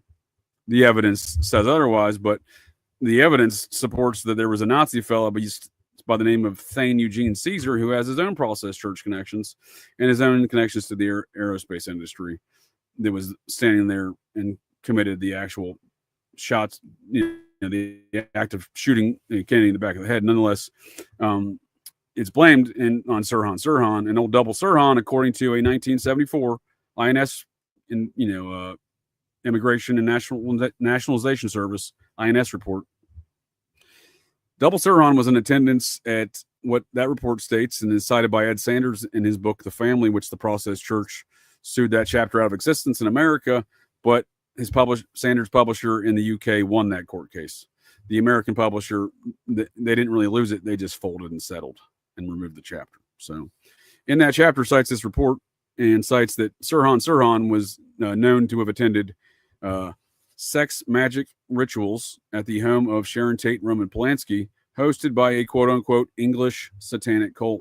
That's the process.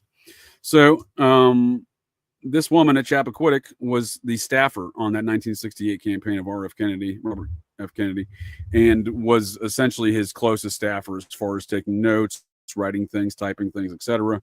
She was essentially the team head of a team of other staffers. I believe they called themselves the Boiler Room.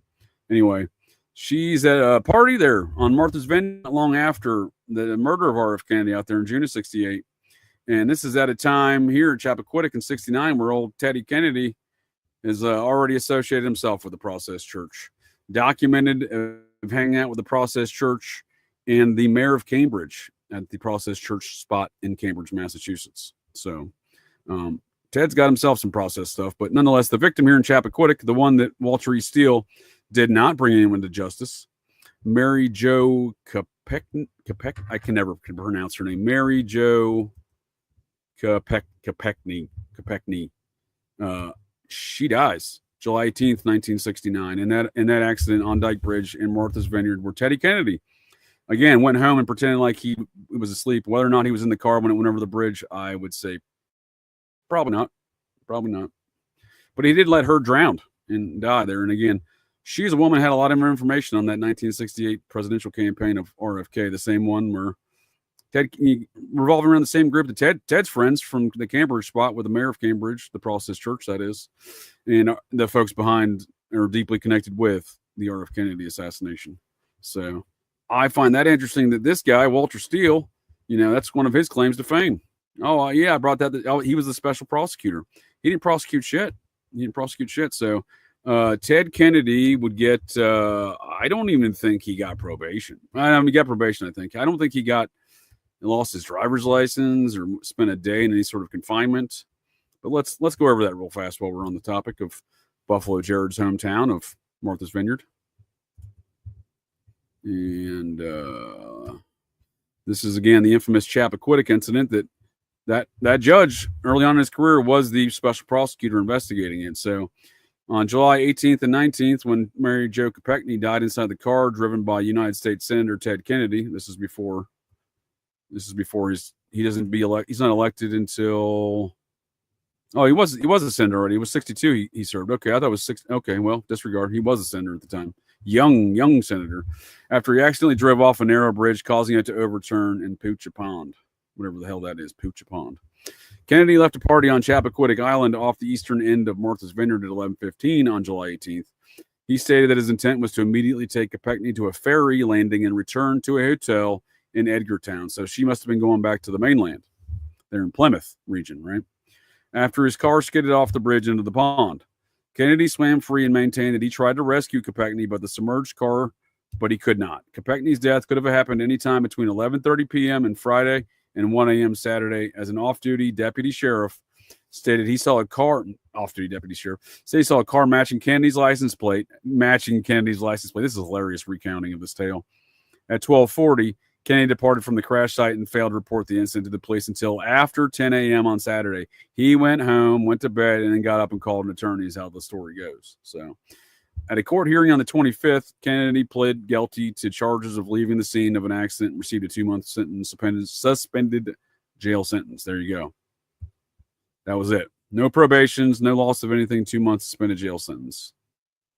The judge stopped short of recommending charges, and a grand jury convened on April 6th, returning no indictments. On May 27th, a registry of motor vehicles hearing resulted in Kennedy's driver's license being suspended for 16 months after the crash. Okay, well, I stand corrected. That was his only punishment, it seems, was the losing his driver's license for 16 months. But this woman, Mary Jo Kopechne, again, she had a lot of information. That's all I'm saying. And it's just odd to me. Again, when we're talking about a larger network of covering this shit up over the years, you know what I mean? Like, it's a bit odd to me that this guy who's obviously helping wage some chaos and process-style terror events on remote towns like this guy was unleashed in Great Falls, Montana, a remote, quiet, very peaceful town in north-central Montana. Well, it does speak to that same kind of mode of operations, the chaos factor, and again, satanic murder, right? So, I'm not saying Walter Steele here, that was his main task in life, that's in life, but it is strange that we see him covering up process stuff like that 69, but then he also seems to have unleashed a processing style, Phoenix program, as Dave McGowan puts it, program to kill style situations almost here with Nathaniel Bar-Jonah unleashed on the public, thanks to Walter Steele. May he continue to remain dead because he did no service in life. Because, again, the idea that these people are let loose on the public when full knowledge of what's going on, and the idea that you would not charge somebody for driving and murdering this woman off a bridge and then go to sleep, like, oh, it's the same thing. Like, he didn't mean it. He didn't mean it when he did the same thing with Bar-Jonah 5 times the kids, right? Nearly killing them, raping them, etc. When he didn't mean it when he told the psychiatrist he wanted to kill and eat people, the judge Steele's like, I didn't mean it. Judge, when he was a prosecutor, he's like, well, Ted didn't mean to drive this lady off the bridge. Teddy didn't, old Teddy Kennedy didn't mean to go home and fall asleep and not report it to anybody. It's just, I find these things preposterous. Why did he give himself biblical names? Ooh, thank you, Melinda Johnson. Were his parents religious? In fact, they were very religious. They were evangelical, Christian religious, and they were very much a part of a church there in Great Falls, Montana. So I'll go over that here in a moment. Well, while we're at it, I'll touch base on that now. Again,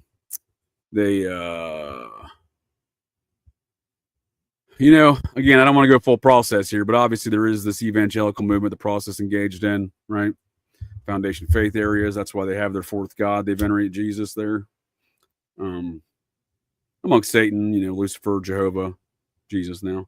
They did that largely through the evangelical movement starting in 1974. So, again, I don't know the whereabouts and activities of the Brown family here of Nathaniel Bar-Jonah. But to answer your question, yes, they were very religious, and varying statements have been made about why he chose to give himself such a biblical name of Nathaniel Levi Bar-Jonah. Is there more to that? Certainly, I think it's possible. So I don't know how his folks ended up in Great Falls. Again, there's reports of his father being stationed there. I don't think that's accurate. I'll go into that in a minute. He was a mechanic for the aerospace industry, McDonnell Douglas. They did have aircraft in Great Falls, Montana at that base until 1996. So it's certainly possible. That seems to be the most plausible scenario. However, that doesn't mean it's mutually exclusive. He could have been doing that, and they could have been doing religious functions up there through this church. So, that is a concern of mine, and I will be continuing to address those issues. But we'll dive into the foundational outline of that tonight, because again, it is that evangelical movement that the process in 1974, when shit hit the fan with that lawsuit in the Process Church and Ned Sanders, and that shit got published, is when they decided to get real Jesus-like in 74. So I do think there's something to be said about that, and they did thrive through this evangelical movement for many years. So whether or not there's any direct connections, more to be seen, but we'll discuss that. That's a great question. It is also the prosecutor. So before we get to the prosecutor, let's go back to Bar-Jonah gets released there in 91, right? He from Walter Steele, who says he's not a danger to society. Clearly he was wrong. And then we go to let's see here, bring up back the biography here, because he, like I said, he's a habitual reoffender. His recidivism rate is 150%, and he immediately commits another heinous, sadistic assault of a child in an attempt to murder them. And again, only gets probation, right? Only gets probation. So, and then is that probation and that prosecutor, John Conti, that is the next interesting character that comes up in the story and tales and legends of Nathaniel Bar-Jonah. So, we go back here to 1991. Oh, that's not what I meant to hit. So like I said, Superior Court Judge Walter Steele ruled that the Commonwealth of Massachusetts had failed to prove that Bar-Jonah was dangerous and ordered him released on February 12th, 1991. Now, had he filled his sentence from 1977, he wouldn't be out till 1997. So, while there is an absolute opportunity, I mean, I'm not saying like you could avoid it, because if he was sentenced to 20 years and he did 20 years, I mean, and he commits again, I mean, all I'm saying is it's tough to avoid that. But what it is easy to avoid is if you let him out and say there's no danger to society, no one tracks him, and he's not reporting as a sexual offender, you don't send his probation record to Montana. These are the things that creates the perfect storm for this guy to go around, kill, murder, assault, and sexually brutalize and eat and serve to other folks, including possibly myself, other humans. So says that was ordered in February. Administrative issues prevented his release until July of that year. During this time, Bar-Jonah confided in psychiatrists that he fantasized about abducting, murdering, cannibalizing children. So these are more statements. They've already said he's not a danger. He goes, are you guys sure I'm not a danger? Because I'm going to go ahead and tell you right now that I'm going to abduct, kill, torture, murder, and cannibalize more kids. Because that's what happened. That's what he said to him. He says, you guys sure you're letting me out? Because I'm going to do it. I'm going to do it again. And he did. So, to the point of, I don't even know if this dude wanted out. They're just like, no, you got to leave. That's what I'm saying. To my opinion, this man was intentionally unleashed on society. And done so in a manner of plausible deniability from all authorities involved, where they can just point the finger at everybody. Like he was supposed to do it, or they were supposed to handle this. And you know what, folks? This is not without precedent. That same thing happened in northern New Jersey in a murder in 1979. And I'll pull that up in a second, where nobody investigated it. And the New York Post ran an article in 2001 saying that the three departments who had jurisdiction over that, the victims were from Brooklyn, New York, the local jurisdiction in New Jersey, and the New Jersey State Police. They all in 2001 said, oh, for the last 23 years, we thought they were doing it, and pointing to the other party. These two victims, again, processed church-related satanic murders directly, according to Maury Terry, directly connected to the Son of Sam situation. So this isn't that post Son of Sam situation. As I said, a lot of folks knew, including that Peter Straub fella who was the screenwriter and author of that ghost story film, which I'm doing the occult and esoteric review this Wednesday. So, and to a lot of folks, this is an open secret. This was an open secret at the time with these activities. But what I'm saying is, this isn't the first time we've seen departments be like, oh, well, they were supposed to do it, and they were supposed to do it. And that's all we see with the Bar-Jonah situation. Plausible deniability, 23 years of no one investigating the brutal homicide where the blood was drained from these victims. And after 23 years, like, oh, oops, my bad. I thought they were investigating it. Shucks. To date, no one has been brought to justice for those murders. Just saying. So when I talk about satanic panic, this is the early onset of that satanic panic, right? This is at a time when folks are willing to ignore things in which to not create further discord in their own lives because they don't want to be told that they're subscribing to something that is false, or that there's some sort of Looney Tune who believes in this greater satanic cult activity nationwide, as described and exhibited through numerous mechanisms, measures, exhibits, people, places, and things in Maury Terry's book, The Ultimate Evil, and Ed Sanders' book, The Family. So, two men who worked together over decades and shared notes and continue to do so on these matters. So, and all of those things are matters relevant today because, again, with that panic, not only people were not willing to look into crimes, people weren't even willing to discuss it because of this forced panic they were induced to, right? When meanwhile, there's actual crimes going on and murders occurring, and departments are pointing at each other 23 years later like, well, he thought they were doing it. So that's what I'm getting at with that panic. And then again, this is a narrative is why that same narrative applies here, I think, wholeheartedly to Nathaniel Bar-Jonah and how he got away with what he did. And I'm not saying, again, that I have any evidence of said network of proof, but what I'm trying to demonstrate is time after time, despite being found with raped, bloody young boys that he had kidnapped numerous times, nearly killed, impersonating police officers in which to lure them, very Edward Wayne Edwards style. And what I'm getting at there is it's part of a playbook, right, of activities, a mode of operations, modus operandi of activities within this cult network, right? Well, it seems that again, this is part and parcel to this larger narrative. And again, when you tell folks there's a satanic panic, it's really easy to get away with fucking satanic ritual murders and ritual, sacrifices, because everyone thinks you're telling everyone, it's like, the same things that plague us today. When in these propaganda campaigns, again, relative to things like the Idaho 4 I discussed, everyone, they just keep repeating on the media, well, Koberger did it, and everyone just kind of walks around, well, Koberger did it, Koberger did it, Koberger did it, because they're just repeating shit. We did that with the satanic panic and folks like Zach Brown and a number of other kids like that 9-year-old who made statements as an adult because she survived Nathaniel Bar-Jonah's and was very upset that despite being attacked in the mid-1970s, they never brought this man to justice. Let him out on the street numerous times, and he continued to reoffend. So back to 1991, July of 91, he's telling me, I'm going to eat more people, he says. A psychiatrist at Bridgewater was apparently informed by Bar-Jonah that his interest in torture had long existed, that his primary means of sexual arousal came from the violent thoughts he entertained. Again, dating back to 1980. This is 11 years later. Long before Judge Walter Steele said, "We think you're safe, bud. You can go back in society." And then again, Nathaniel Bar-Jonah replied with, "You sure, Judge? Because I'm going to go eat people." Again, he told him that.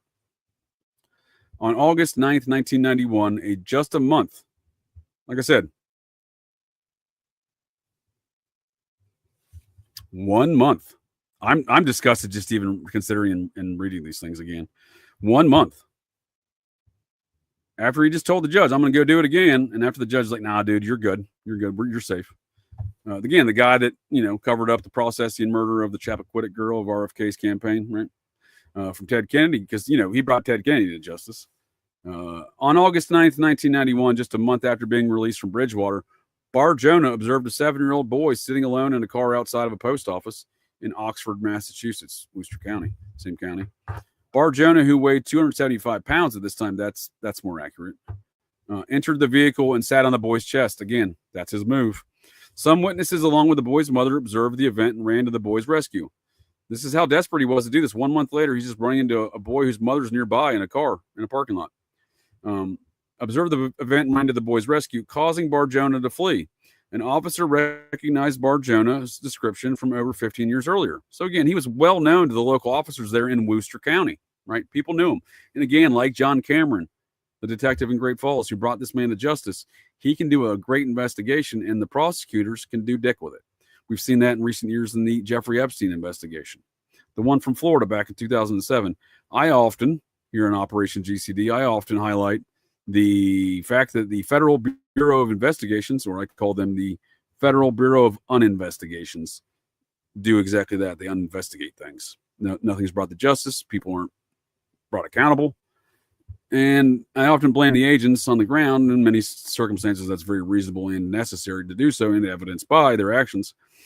But in the case of Jeffrey Epstein and all them girls in Florida, it was again the prosecutor let them go, Alex Acosta, right?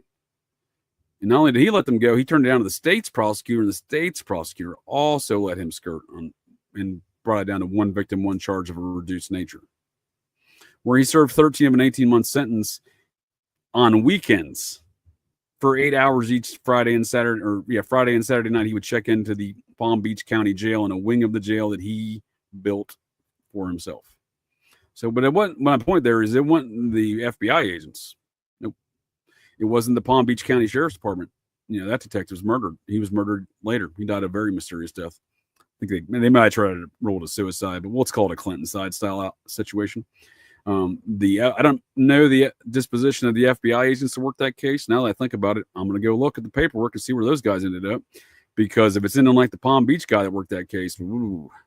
But the FBI agents, they did a great job. They identified, I think it was 32 victims that the Alex Acosta, the U.S. attorney, said, "Oh, we're not going to do that." And then the state's guys were like, 32, we're just going to do one victim, one charge of a reduced nature. So these things, I'm just saying, it's not always the same, but sometimes it's the guys on the ground, sometimes it's the prosecutor. And I would argue, with Bar-Jonah, it seems time and time again, it's the prosecutions, not the guys on the ground. But that's the case with, I think John Cameron did a great job in his investigation work. And I think that once he got assigned that case, right? Because again, he didn't get assigned the case in 96. He gets assigned the case in 2000, right? So this is, again, this is the prosecutor's office signs off on these things. You can't just go, they got to sign warrants, right? So, it's not just the cops always. That's all I'm saying. It's one thing to consider here. And it is the nature here in this 91 incident. So like I said, 1 month later in this 91 incident where he's doing the same fucking thing.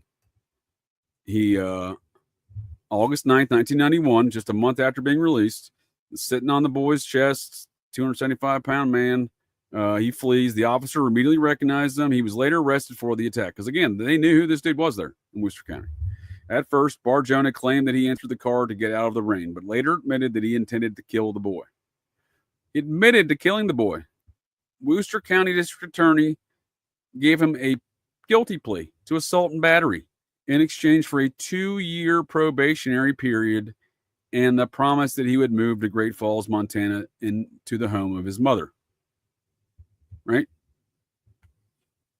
He admitted not only has this dude been found attempting to murder other young boys after sexually and violently assaulting them and torturing them found with those young bleeding boys in cars. Did probation, did no time. Continues to do that after telling me he wants to kill, murder, and eat more children, and he does it immediately following. And then you're like, you know what, dude? You seem like a good guy. I think you can rehabilitate yourself. How about this? 2 years probation. So 2 years probation it is. He moves to Great Falls, Montana, where his father died in 1974. His mother's lived there ever since. His brother still lives there today, and his sister had moved back at some point in time in the 80s to Worcester, Massachusetts, in her mid to late 20s, where she was married and lives today. Nonetheless, the idea of this guy moves in 91, his part of the deal was he's living with his mother. So how the probation documents at that time of the actual offenses he'd committed did not make it to Montana is beyond me, but he never once registered, reported, or anything as a sexual offender in the state of Montana. So he's then hired, again, he's got a new name too. He's then hired, at this point in time, he changed in 84, remember? So, that is obviously going to, especially at the time, going to throw a little bit of a wrench in the mix of investigating this guy. But nonetheless, the probationary documents would have his new name on it. He would be reporting under his new name, right? It's going to be attached to the previous crimes, let alone this crime, right? Again, how he doesn't get a reporting, I don't know, again, to say this stuff wasn't a failure of the system, I think is a stretch of the imagination, is all I'm getting at there. And I'm just simply, at this point in time, trying to drive that point home, right? I'm just seeing this comment from Matthew M there on Patreon. Appreciate it, dude. This story reminds me of the book The Psychopath Machine. I don't know that one. Let me look that up.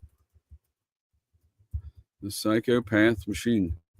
I mean, again, I'm glad you're saying it reminds you of something, because again, I think this is a far more common circumstance, situation, and protocols of letting these fucking maniacs back on the street, despite having full knowledge of these things, despite having all the evidence and reason to keep them in prison, including the man's own statements. So I think there is something to be said that this is there are more circumstances that are very similar and is a larger pattern of behavior. So The Psychopath Machine, a story of resistance and survival. Let's see what this is about. When Steve Smith set out to hitchhike from Sault Ste. Marie, Ontario to Canada's west coast back in '68, he was just an 18-year-old hippie with an appetite for adventure. All right. I got appetites for adventure.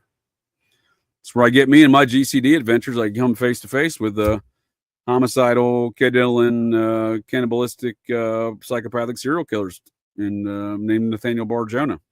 Just one example. Well, let's see where Steve Smith and his adventures got to. But a short way into his journey, a reckless decision to steal a car landed him in police custody.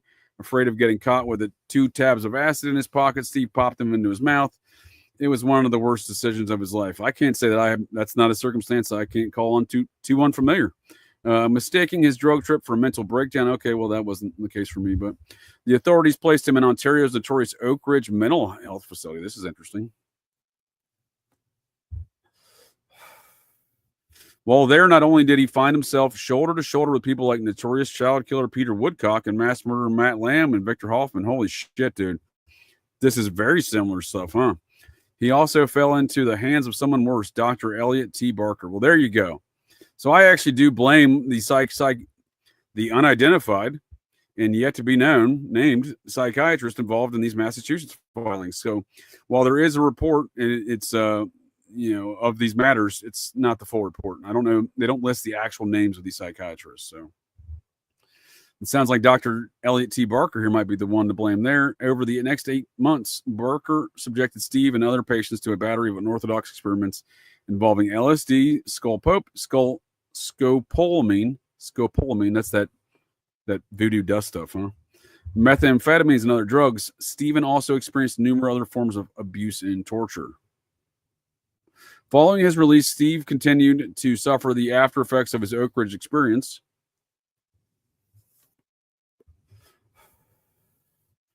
For several years, he found himself. I just got shocked by the comparisons. You're right. Right there, sir. For several years, he found himself in and out of prison and back to Oak Ridge. So that's what, again, Bar-Jonah there had a couple of instances like that. They're in the 70s in and out of these mental institutions. including Bridgewater State Hospital, where Buffalo Jared sits today. Another psychopathic, homicidal transpocalypse, possibly mind-controlled assassin, who at one point in time wanted to be my PR rep, you know? Reminds me of that Seinfeld episode with George is trying to fake being working for Vandelay Industries, you know, trying to tell Jerry, if anyone calls, tell them I work for Vandelay Industries. Answer the phone, Vandelay Industries, tell them I work for you. And Jerry's like, why? He's like, well, I'm your latex salesman. He's like, you want to be my latex salesman. That's how I feel about Buffalo Jared. You want to be my PR rep. But yeah, I question a lot of these activities in these mental health facilities, but it sounds like you're right, sir. This is a very, very apt comparison. I appreciate you sharing that with me. I will certainly be looking more into that story. So we get to Great Falls. He moves in with his mother. No one's tracking this guy. Montana's like, look, we tried. 96 rolls around. He's working at that elementary school in Great Falls.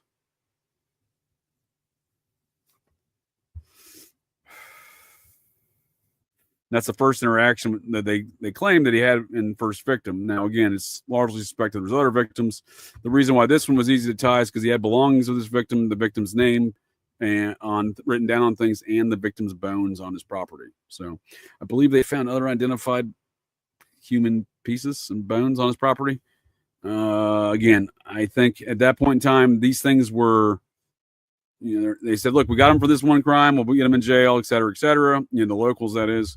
We don't want to make this a larger issue. We don't want to scare the population. So even if they're not involved, and there is an element of we don't want to alarm people. The mayor in Jaws, we don't want to tell everybody there's a fucking shark in the water, right? The smiley face killer situation, La Crosse, Wisconsin. The police and the mayor held a town conference in the local gymnasium back in 1999, I think it was, to try to tell everyone, or maybe it's 2004. I think it was, 99 to 2004. I think they had 6 smiley face killer victims in La Crosse. So they held a whole town meeting in there and said, look, there's no one murdering young men in this town. So there's no shark in the water. There's no one murdering young men in this town. There's no satanic cult in Great Falls, Montana, killing folks and eating them, serving them at Hardee's. So I think there's an element to that. But nonetheless, it is the claims and assertions of even the detective. There was more going on, but they couldn't prove it. So to the extent of which, hopefully we'll find out in the future. Like I said, I've been in communications with Detective John Cameron, and hope to get him here on the show to talk Edward Wayne Edwards and Nathaniel Bar-Jonah.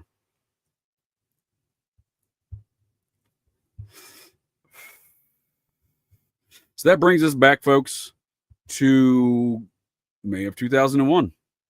I'm standing in the Albertsons grocery store on 10th Avenue South. I was pleasantly surprised as I found out as I returned back from Saudi Arabia that they had paved the main road. It was no longer gravel. I was excited to see that. So, but again, it is where I find that that article from the Weekly World News, and it is where I start getting interested in this tale.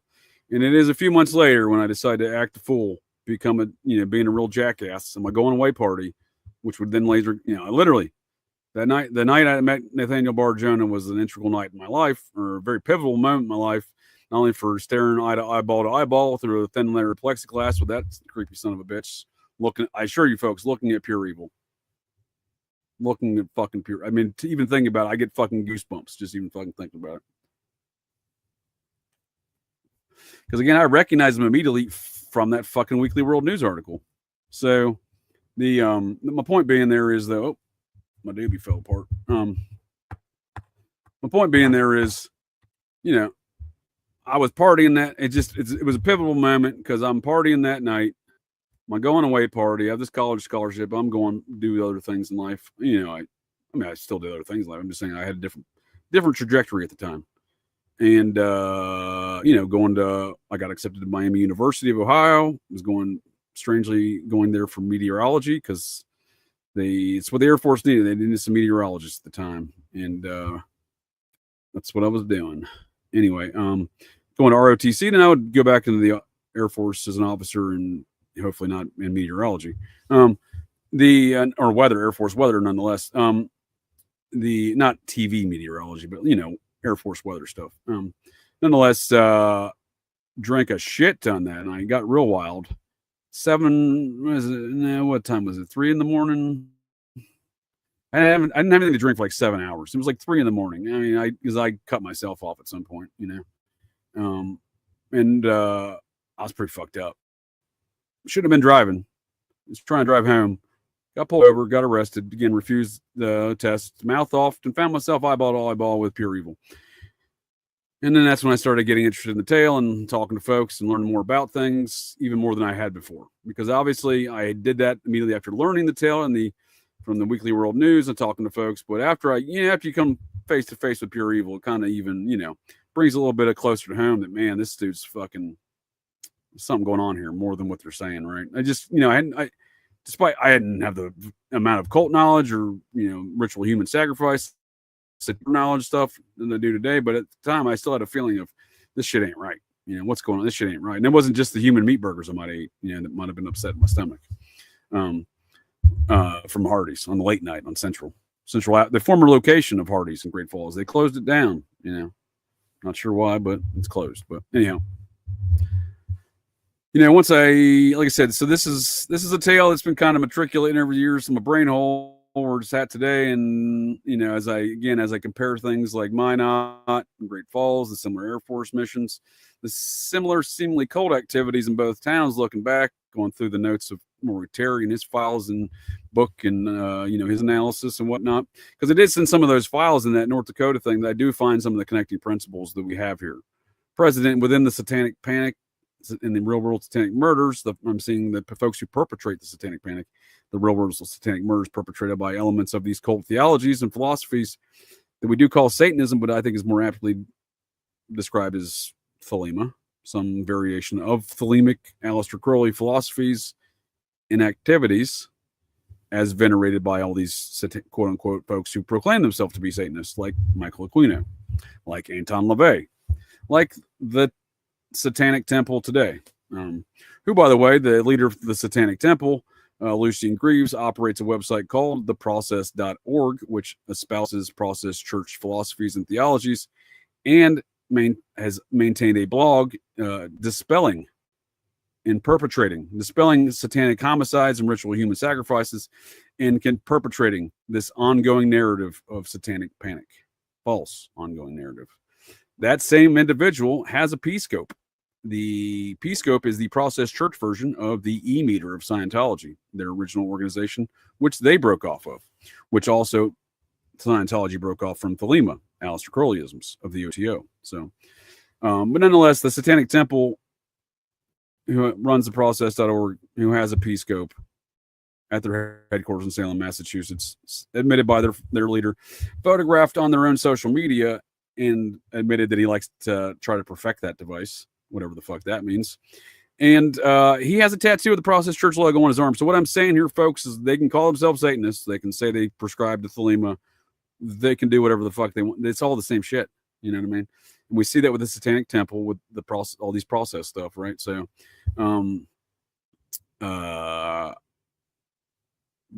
the concept should not be lost that Minot's. When I look at these things, Minot's not an outlier. When I look at the cocaine drug trafficking of Iran-Contra, that's made famous through Mena, Arkansas, and individuals such as Barry Seal, I believe it's third cousin once removed of President Jimmy Carter, also of the Seal family, if you will. Barry Seal, also descendant from an officer of the Revolution and possibly a member of the Society of Cincinnati. But it is folks like Barry Seal, the infamous drug-running Iran-Contra Medellin cartel cocaine guy who largely flew drugs, is known through Mena, Arkansas. But I assure you, folks, Mena, Arkansas was not the only distribution point of those campaigns and operations, just as Minot, North Dakota is not the only location of these process churchy and satanic cult activities. And again, I would look closely at places. If you want to find another place similar to Minot that has these similar activities, look no further than Great Falls. The same Air Force mission, the same composition of demographics, economy, and evidence of the same activity. But one of those other things, the connecting principles, I think is really relevant here when we're talking process, when we're talking satanic cult stuff in these towns and cities and these cell networks that they operate within, right? Larger network, cells in each kind of city, dispersed in distributed places. I don't know how you sign up for it, don't ask me. But nonetheless, that is what is exhibited by their activities over time. And one of those things that Maury Terry was tracking in his notes and files in the Minot situation was the white nationalist component of it, the Nazi component of it. In fact, the process, very Nazi. Again, look at their swastika logo, their Swazi, stylized Swazi logos.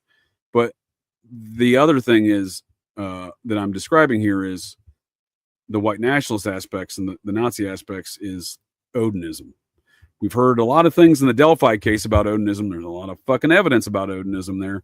There's seemingly a lot of evidence of Odinism permeating through the hierarchies of the local government in Indiana, and possibly even the prison guard who murdered the Terre Haute detective in the parking lot of the FBI building, which then caused the FBI and the state police to tell the FBI, you're off the case.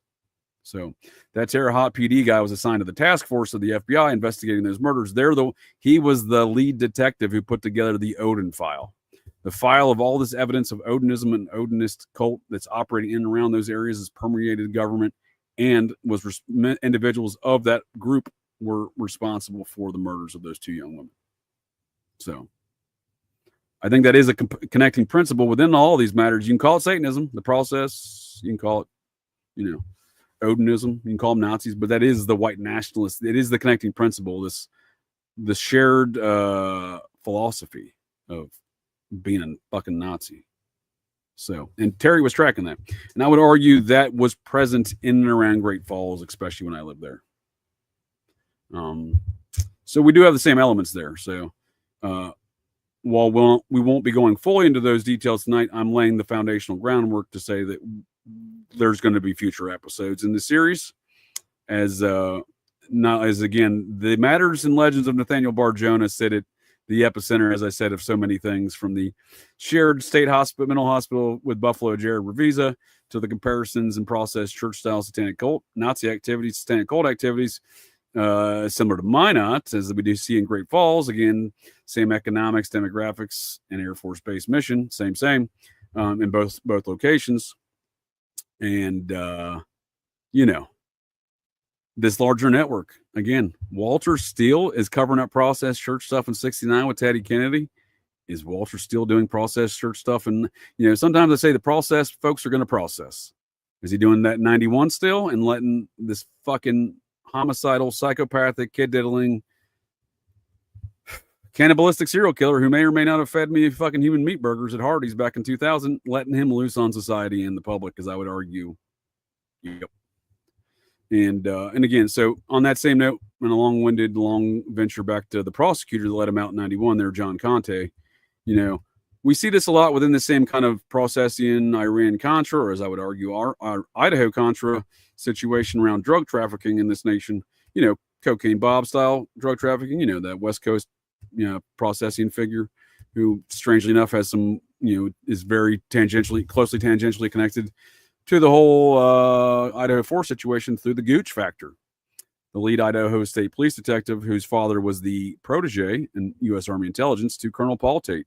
And by her own admission, her father went undercover into the hippie movement in the early 1970s, investigating, along with Colonel Paul Tate, his boss, investigating the murder of Sharon Tate at the hands of the Manson family. So, and it is old Yayo Bob, Cocaine Bob Evans, the infamous Hollywood film producer, who introduced and brokered that marriage with his fellow processians, Sharon Tate and Roman Polanski.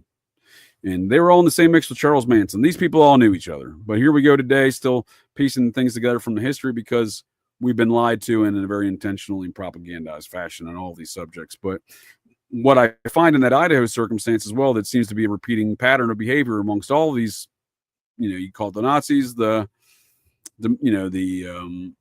processing stuff, the mob, again, it's elements of all of these things, I think, that comprise this quote unquote kind of deep state octopus network, as Danny Casolaro would describe, right? He was investigating these same matters from other different directions, but they all kind of go back to the same thing, because, for example, in June 15th, 1967, as recently discovered over there, Dana Dudault, Rotting Jewels, discovered a playbill from a performance at the Straight Theater in the Haight and Ashbury, where the Grateful Dead, whose manager was the son of the founder of the Tavistock, was playing a show, and the technical advisor was Charles Manson there in that show, and the stagehand was Michael Riconosciuto, the central point and source of information for Danny Casollero's story about the octopus, Promise Software, and Iran-Contra. It was Riconosciuto that was in the Haight-Ashbury at the time doing FBI COINTELPRO. He was an FBI COINTELPRO informant reporting to Ted Gunderson, the legendary FBI man, Ted Gunderson. So we see all these people kind of generating a framework or network that are orchestrating the way we're going to perceive these events. And it's folks like Ted Gunderson that serve that role, and he'll be a major figure in The Anatomy of a Satanic Panic series. And again, very process-related stuff, not just with Michael Riconosciuto, but we see these figures within these authority positions that seem to not only frame things in a certain way, or like Walter Steele, let homicidal, psychopathic, kid-diddling, cannibalistic serial killers back on the loose, setting loose on society. We see these people time and time again from 69 to 91 doing the same shit. Process folks are going to process, as I say. But John Conte, I would argue, falls in that department. Relative to the Idaho Contra situation popping off, the U.S. attorney who was fired by Trump back in February, who's now the lead prosecutor, special prosecutor, he's decided he's going to take a demotion in life, forego his future prosecutor or political aspirations, and be the lead prosecutor on the case of the state versus Brian Kohberger and the murder of 4 college students on 11/13/2022 in a brutal stabbing of all students allegedly in their home while they slept. A very Manson-style killing, as that tabloid says, and a very similar style other killings, as we've been pointing out these patterns of behavior and activities. But in that U.S. attorney, Josh Hurwitz, he's now the lead prosecutor after he was fired as the U.S. attorney. It is him that has done some similar activities what I'm alleging John Conte did here.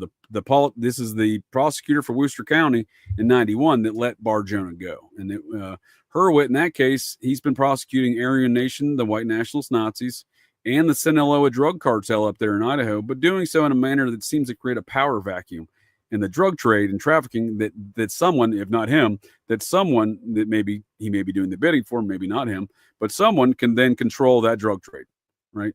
And I would argue Conte did the same thing here with organized crime in and around Massachusetts in the 1990s, right?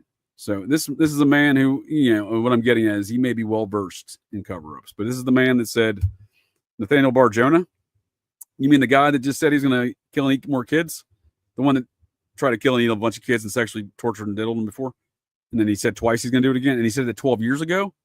Oh, and then we let him out a month ago and he did it again? Oh, shit. No, he's not a danger. We're just going to give him probation. Well, that's John Conte. So, as we, I appreciate everyone's folks at the interwebs. Appreciate your time as I scroll through this narrative and unpack these things. Again, this isn't the last. Much like this isn't the last we've heard of Buffalo Jared Revisa last week.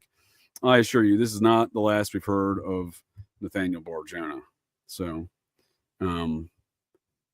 we are going back to Great Falls now and the incidents surrounding his arrest. Right. Like I said, there was an investigation. The FBI was involved again. There's a lot more to these tales, but what I can say right now was known in 1996 on February 6, 1996. 10-year-old Zachary Ramsey, Xerxes Ramsey. That's his middle name, huh? That's interesting. I didn't really do a background on the victim and his family. That's intriguing. That's intriguing because I just saw this Xerxes. And I don't know why this rings familiar, but this rings familiar relative to Anton LaVey. He liked that term for something. I don't know who Xerxes was, but LaVey used that in some context. Speaking of Satanism, right? I don't know, it's not necessarily, it's obviously an ancient ruler. I'm just saying there was some aspect of that I believe that LaVey enjoyed. Xerxes the Great. I was a Persian ruler who served as the 4th king of kings in the Achaemenid Empire. All right. Well, that sounds like a story for a different day, but it is interesting. That's the child's middle name, right? So it was on February 6, 1996. Ramsey left the apartment he shared with his mother around 7:34 to attend Whittier Elementary School, taking his usual route through an alleyway near the 400 block of North 4th Street in Great Falls. He never arrived at school. Ramsey was wearing a blue denim jacket with green sleeves, a blue football jersey, and his last name imprinted on the back in gold letters. stonewashed jeans, and black high top sneakers. That's a pretty, I mean, that's a detailed description. This is, again, it's not a large city, and this is only a few blocks away. A family of 3 who lived in an apartment overlooking the alleyway reported seeing Ramsey there that morning, and also reported seeing an off-white 4-door car nearly run him over. Again, numerous eyewitness reports put him at the Bar-Jonah at the scene wearing a police-like jacket.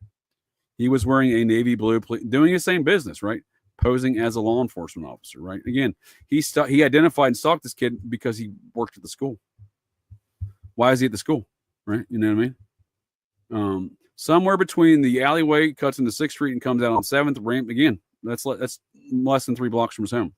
Ramsey disappeared and he was never found. School officials, they found, sadly, they found pieces of him later, years later. School officials contacted his mother when he failed to report for classes that day. Again, they identified the vehicle and the exact large, very huge, orca fat, tall man description who obviously stuck out amongst many of the population. Very unique looking character, right? This Bar-Jonah fellow. Detective Bill Belushi was given a list of local registered sex offenders by the FBI. Always involved, aren't they? But focuses suspicion on Bar-Jonah. So it sounds like they see again this is before, like I said, Cameron didn't start working the case until 2000. So and that incident comes up here in a second because again he reoffends after he murders this kid. And again, there's other missing adults and children of that time in that place. So again, these will be matters discussed in the future and hopefully with the guy that investigated it, right, and brought this man to justice, Bar-Jonah, that is. But the initial detective, Bill Belushi, sounds like he was given the old hucklebuck by the FBI here, right? Given a list of local registered sex offenders. Well, people should have known this guy wasn't registered, and anyone knew it might have been the FBI, right? Monitoring interstate commerce and traffic of diddlers, and this guy had pornography too, so he's obviously trading and dealing in that too, but focused his suspicion on Bar-Jonah, who was not on the list. Shocker. Belushi requested a search warrant for the house where Bar-Jonah and his mother lived. So they were on to Bar-Jonah immediately because, again, that's what the witnesses said. But again, back to my point, the on-the-ground dudes, in some cases like this one, can do the proper thing in the investigation, right? But it's the prosecutions, the prosecutors that don't do shit, right? They don't do shit. They're compromised. It's a process that can only be accomplished with parties that are compromised, and sometimes it's the different parties and different points in the process that are compromised, not the actual process, the process of justice here. On December 13th, 1999, it says Belushi unsuccessfully solicited a new search warrant. So the initial search warrant yielded nothing. Belushi requested a search warrant for the house where Bar-Jonah and his mother, again, ordered there by the state of Massachusetts under probation in which to live there, which they then never sent the probationary documents, right? So again, that should have already been a red flag for the state of Montana. Why do we have this guy under probation? We don't know what it's for. Belushi requested the search warrant, lived after police made an unsuccessful attempt to access the property, but he was denied for the search warrant by the prosecutor, right? Belushi unsuccessfully solicited a new search warrant. Shortly afterward, Bar-Jonah moved out of his mother's house. So it sounds like, once again, Great Falls PD, this was probably the boss of John Cameron at the time. Cameron might have been on the case, wasn't lead. But nonetheless, they knew this dude did it, right? That's what I'm saying. You can see public statements where here, and maybe here in the future, we can hear from the man himself, how there was much more to this stuff. And maybe he'll give us some of those details if we do get him here on Operation GCD, because he doesn't do any interviews. He hasn't done an interview since in 7 years. So I have communicated. We communicated here. Again, I had apologized for in the year 99 and 2000. My home was a regular routine patrol stop for the Great Falls Police Department. We like to party, nothing out, just a lot of noise. But I was like, I apologize to you and the Great Falls PD for causing y'all more work, but obviously being a bit of a jackass and facetious by doing that. But nonetheless, I've been in contact with a guy. He, I don't know what's happened. I won't put any words in the man's mouth or infer anything, but he precisely told me I haven't done any interviews in almost 7 years. So he did a Paramount Plus miniseries on Edward Wynn Edwards and got so much backlash and butthurtedness from so many different levels, largely police departments and authorities, right? That I don't know, man. I think he might just want to have more peace in his retired age, right? But he's still a fairly young man. I think he's only in his early 60s, but nonetheless, like, I don't know if he's ready to come back in the arena, I guess, right? I'm not convinced of it yet, but I'll keep trying. I'll keep communicating with the man. He seems like a nice guy, and we common ground of folks we know, and we're both retired law enforcement officers and both have varying opinions on how those systems actually work based upon what we see. And I say varying opinions. He saw a lot of shit he didn't like, saw a lot of shit I didn't like. So I'm just saying, like, I think there's some hope that we'll get him on here in the future, and I'm going to send him the Edward Wayne Edwards show and this one to help try to entice him. But nonetheless, as far as, letting him know I'm a friendly dude, we can talk, we got mutual people, we do mutual things, that kind of thing. Cause again, I'm not kidding you. This dude's fucking spooked. It's not, again, I don't think doesn't strike me as a guy that spooks easily, but he's, so hopefully more soon. Again, not derogatory to that guy at all. Cause like I said, I'm sending him this fucking interview, but my point being is like to talk to him. A lot of questions here, and again, from the statements I've heard him make publicly in interviews on the, relative to this matter, the one or two that he has done relative to Bar-Jonah.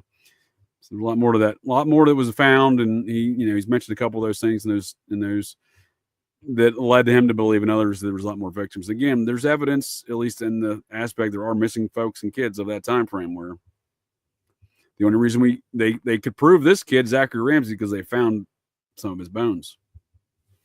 And some apparently some recipes with his name on it and some stew. So, but back to the narrative here and where John Cameron does come in here, come the investigation into Bar-Jonah. And that is on December 13th, 1999, Bar-Jonah was seen outside an elementary school for the third time in a week. So I think this was after he only briefly worked at the elementary school, from my understanding, as a janitor. So this must have been after that. This must have been the time so by this time he's allegedly working at Hardee's. Why he left the school, why he's employed at the school, I've never heard an adequate explanation of either. Bar-Jonah was seen outside in elementary, because again, I don't, even in the 90s, how do you not do a background check on teachers or employees of a school? I say this when I know full well at the school I attended in Cincinnati, Ohio, a fairly rural school. I had a graduating class of 200. We had 2 registered sex offenders as teachers in my high school, and I personally witnessed them do flagrantly gross and disgusting things towards young women. And turns out they were both registered sex offenders. Found out a couple years later, they're around 2000 or so, they were registered in other states. So when I say, do people do background checks around 96? I don't know, man, because I tell you what, when I was in high school at the same time in Ohio, in a much, much more urbanized area, even though it's still rural, but far less secluded as Great Falls, and, more touched in with the year 1996. And they had, I'm not, I have my suspicions that shit was intentional too, but not looking or hiring these people. But nonetheless, the story was later, oh shit, we didn't know they were convicted sex offenders in other states that we hired as teachers at this high school. So I had problems with these matters during school. One of these characters would, my junior side tale, my junior year of Spanish class, I would come in there after lunch every day. It was technically my senior year. I graduated early, but because I fucking hated the den of iniquity that I was forced to go to every day for matters such as this. Fucking diddlers open in fucking plain sight, diddling, touching young women right there. So this dude, women's soccer coach, was my Spanish teacher. I just go in there and fucking sleep because I didn't want to deal with it. He would later that year, as a result of sleeping every day, and I had the highest grade in the class, and all of his classes apparently. He gave me to be a smartass. He gave me a certificate because we had a lot of exchanges over the year. At the end of the year, he gave me a certificate as the guy from the movie Summer School, the kid that comes into summer school at the beginning of that film. And he's some stupid word. He had a name on it. I don't remember the name. It's a decent movie, but the guy's a jackass. Anyway, he the guy that comes into summer school in the film with Mark Harmon from the 80s that this guy apparently lived in or thought he was part of or something. I don't know, because he was a gym teacher as well, Spanish gym and soccer coach. And that Mark Harmon was a gym teacher in that film. But the kid comes in at the beginning of school, summer school, and then comes in the last day, gets the highest grade in the class, but takes the bathroom pass the first day. So somehow I got the bathroom pass award with this kid's name on it from the character from the film. Anyhow, the reason I would sleep every day is because every day you would have the girls' soccer team. I played on the boys' soccer team. I had friends and knew a lot of these, same people that I watched get diddled in front of a fucking class. You'd have these girls come in and sit on his lap. while he taught the Spanish course. This is 1997, 1998, right? So it's the same time. You know, same. To say that there was no background checks, again, I would assert, and these people are fucking bullshit, and they should have checked, and they ignored it or looked the other way. But nonetheless, it's certainly possible that they're, you know, in a time when information wasn't as free flowing and available. I'm not saying Bar-Jonah, there's a lot of other red flags. I'm just saying, I suppose it is possible to hire a teacher that's convicted as a sex offender in another state who's not registered reporting in that state. But once again, we find that's the case here with Bar-Jonah. And so he does the same thing, right? He's got the same MO, because he, once again, after the incident, after they're investigating Ramsey's death in 96, they can't get the search warrants. And then in 99, December 13th, he's back to the same thing: impersonating police officer, going to sexually assault, kidnap, and torture young kids and murder them, and by his own admission, try to eat them. And again, that's where we find ourselves again. This is when, I know this is from my understanding, this is when John Cameron was, you know, becoming the head of this investigation, is at this time. On December 13th, 1999, Bar-Jonah was seen outside the elementary school for a third time in a week. He's already known to law enforcement, right? He's wearing a dark blue jacket and knit cap. Pardon me. He was carrying 2 cans of pepper spray, a toy gun, and a badge. Again, same MO. Beluski, which was the detective from Great Falls there, and the Montana Attorney General charged Bar-Jonah with impersonating an officer and carrying a concealed weapon. This is December 13th, 1999. A judge approved a search warrant on December 15th, right, for the impersonating objects, right? So they're looking for the badge and stuff like that, right? The pepper spray, the stuff he was using to impersonate as a police officer, were apparently the limits of this search warrant, from what this is describing. That's certainly interesting, because that's another way the prosecution and then the judge even can restrict the nature of a search warrant by limiting that search warrant. So be curious to know if that's what occurred there. Be great to know if we get John Cameron in on the future here, but also I'll look into that further. Police found 2 coats, one with a toy badge in the pocket, a second toy badge, a stun gun, and a baseball cap reading security enforcement. They also found a pulley on the ceiling of Bar-Jonah's kitchen, 2 albums with cutouts of children. Again, he had child pornography, a document about knots and bondage, and an article on autoerotic asphyxiation. You know, choking yourself while you masturbate, which is apparently how a lot of celebrities allegedly die, even though that seems like a questionable circumstance, or a convenient one to say someone died by suicide that way. Robin Williams, David Carradine, Michael Hutchinson from NXS are the ones that come to mind. Police investigators conducted years after Ramsey's disappearance determined that Bar-Jonah had access to his mother's off-white 4-door 1978 Toyota Corolla the day Ramsey vanished. So they had reports of him there, reports of the car they had access to, but again, the prosecutors didn't want to move, apparently. 2 days after the property searches, Beluski was granted a second search warrant. So the first search warrant, just for the faking a cop impersonation items, was granted a second search warrant for any documents and photographic material while searching Bar-Jonah's apartment. Detectives found a list of 44 boys' names called Lake Webster, which were later identified as boys from Bar-Jonah's youth in Massachusetts, including 3 of whom he had been convicted of abducting in the mid-1970s, and a Zachary Ramsey, following by the word died.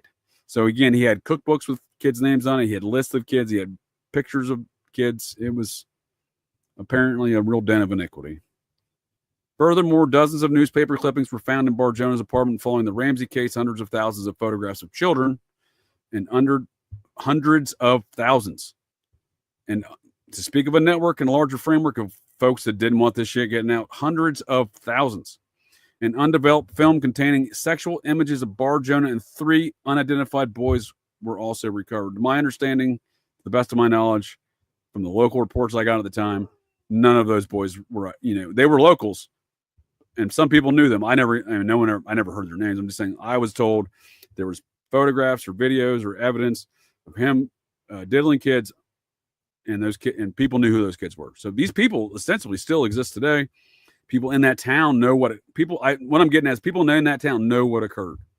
I was there when this shit came to light, and I can assure you what I heard and was told by people that I found credible and trustworthy, and people I knew before this instance occurred and found them credible and trustworthy. Yeah. So once that was, again, you can see where the prosecution's limiting the searches, right? Oh, now you can only go back in there for documents and photographic material. And, it sounds like the detectives, they got creative, right? A former roommate of Bar-Jonah described finding clothes in his apartment which appeared to match those Ramsey was wearing the day he had disappeared. Again, they had a great description and knowledge, including the jersey with his name on it. In addition to bloody gloves, another roommate claimed Bar-Jonah sometimes spontaneously brought up Ramsey in conversations. So these people they're referring to, some of them were young kids that lived in that apartment building. It was like a 4 quadplex apartment building. And he was, diddling them and luring them into his place there too, right? And trying to groom them, right? And he's telling them things and giving them information and stuff like that. So, there again, a lot of folks knew. There's a lot of information. So more of an open secret, I suppose, right? Than anything else at this point. With the help of the FBI and after months of effort, the writing was decoded. Oh, that's right. I nearly forgot. Another similarity to the matters of Edward Wayne Edwards and the Zodiac killings. So it's documented the Zodiacs wrote ciphers. It's documented Edward Wayne Edwards wrote ciphers. It's alleged by Detective John Cameron that Edwards wrote the Zodiac ciphers. Investigators also found notebooks with seemingly arbitrary characters which were believed to be coded writing. With the help of I've never seen this. I have read these, the existence of these reports of these matters. I would be curious to see what this codes look like and how it was actually solved, because I don't know that. I got to look the source here in a second. I don't know that the FBI had ever solved that, or I knew that. With the help of the FBI and after months of effort, the writing was decoded in the notebooks. Bar-Jonah described torturing and eating children. There were also macabre recipes involving children's body parts. Okay, so this is the stuff that was disputed, right? So even John Cameron, the lead detective, has asserted these are factual statements and accurate descriptions of what was found in the contents of that apartment, as far as the names even on some of these recipes of the victims that were apparently included in those recipes. So I for some reason in my brain hole I didn't connect that with the ciphers. Maybe those are the same things. I'd still like to see the ciphers. I think this main source for that is this book, Death by Cannibal: Minds with an Appetite for Murder, published in 2015 by Peter Davison, published by Penguin Enterprises. Or publishing house. This is a lot of the source from those reports, because again, I don't think a lot of this is public, but this individual, I believe, was one of those investigative journalists that got access. And I'm not saying they didn't get access to him, right? But they do write about cannibalism. And again, this ain't the only case. I suspect there's many, many more cases. And in fact, I know there's many more cases. And one of those cases I'll be discussing that happened here recently in Cincinnati, Ohio, just last year, where a lady chopped up her mom willfully and admitted she did so in an effort to conduct a ritual satanic sacrificial murder. So these things go on. They're often misdescribed, and a lot of folks don't want to talk about it because they don't want to be labeled a fucking Looney Tune. Talk about satanic panic when these satanic ritual homicides exist. And they do so with folks admitting to doing so themselves, like this lady here last year in Cincinnati. So, again, not the only one. Nonetheless, we see that they found all those things, and on July 15th, 2000, right? That's what I'm saying.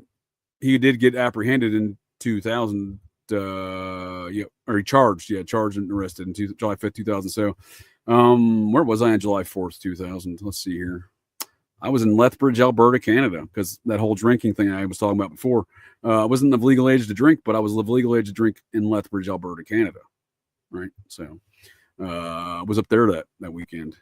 I'm just trying to, as I look at all these details and chronology, I often wonder how disconnected I was at the time from, I'm not saying reality, but just giving a shit about what was going on around me, really. Because again, this guy gets arrested in 2000.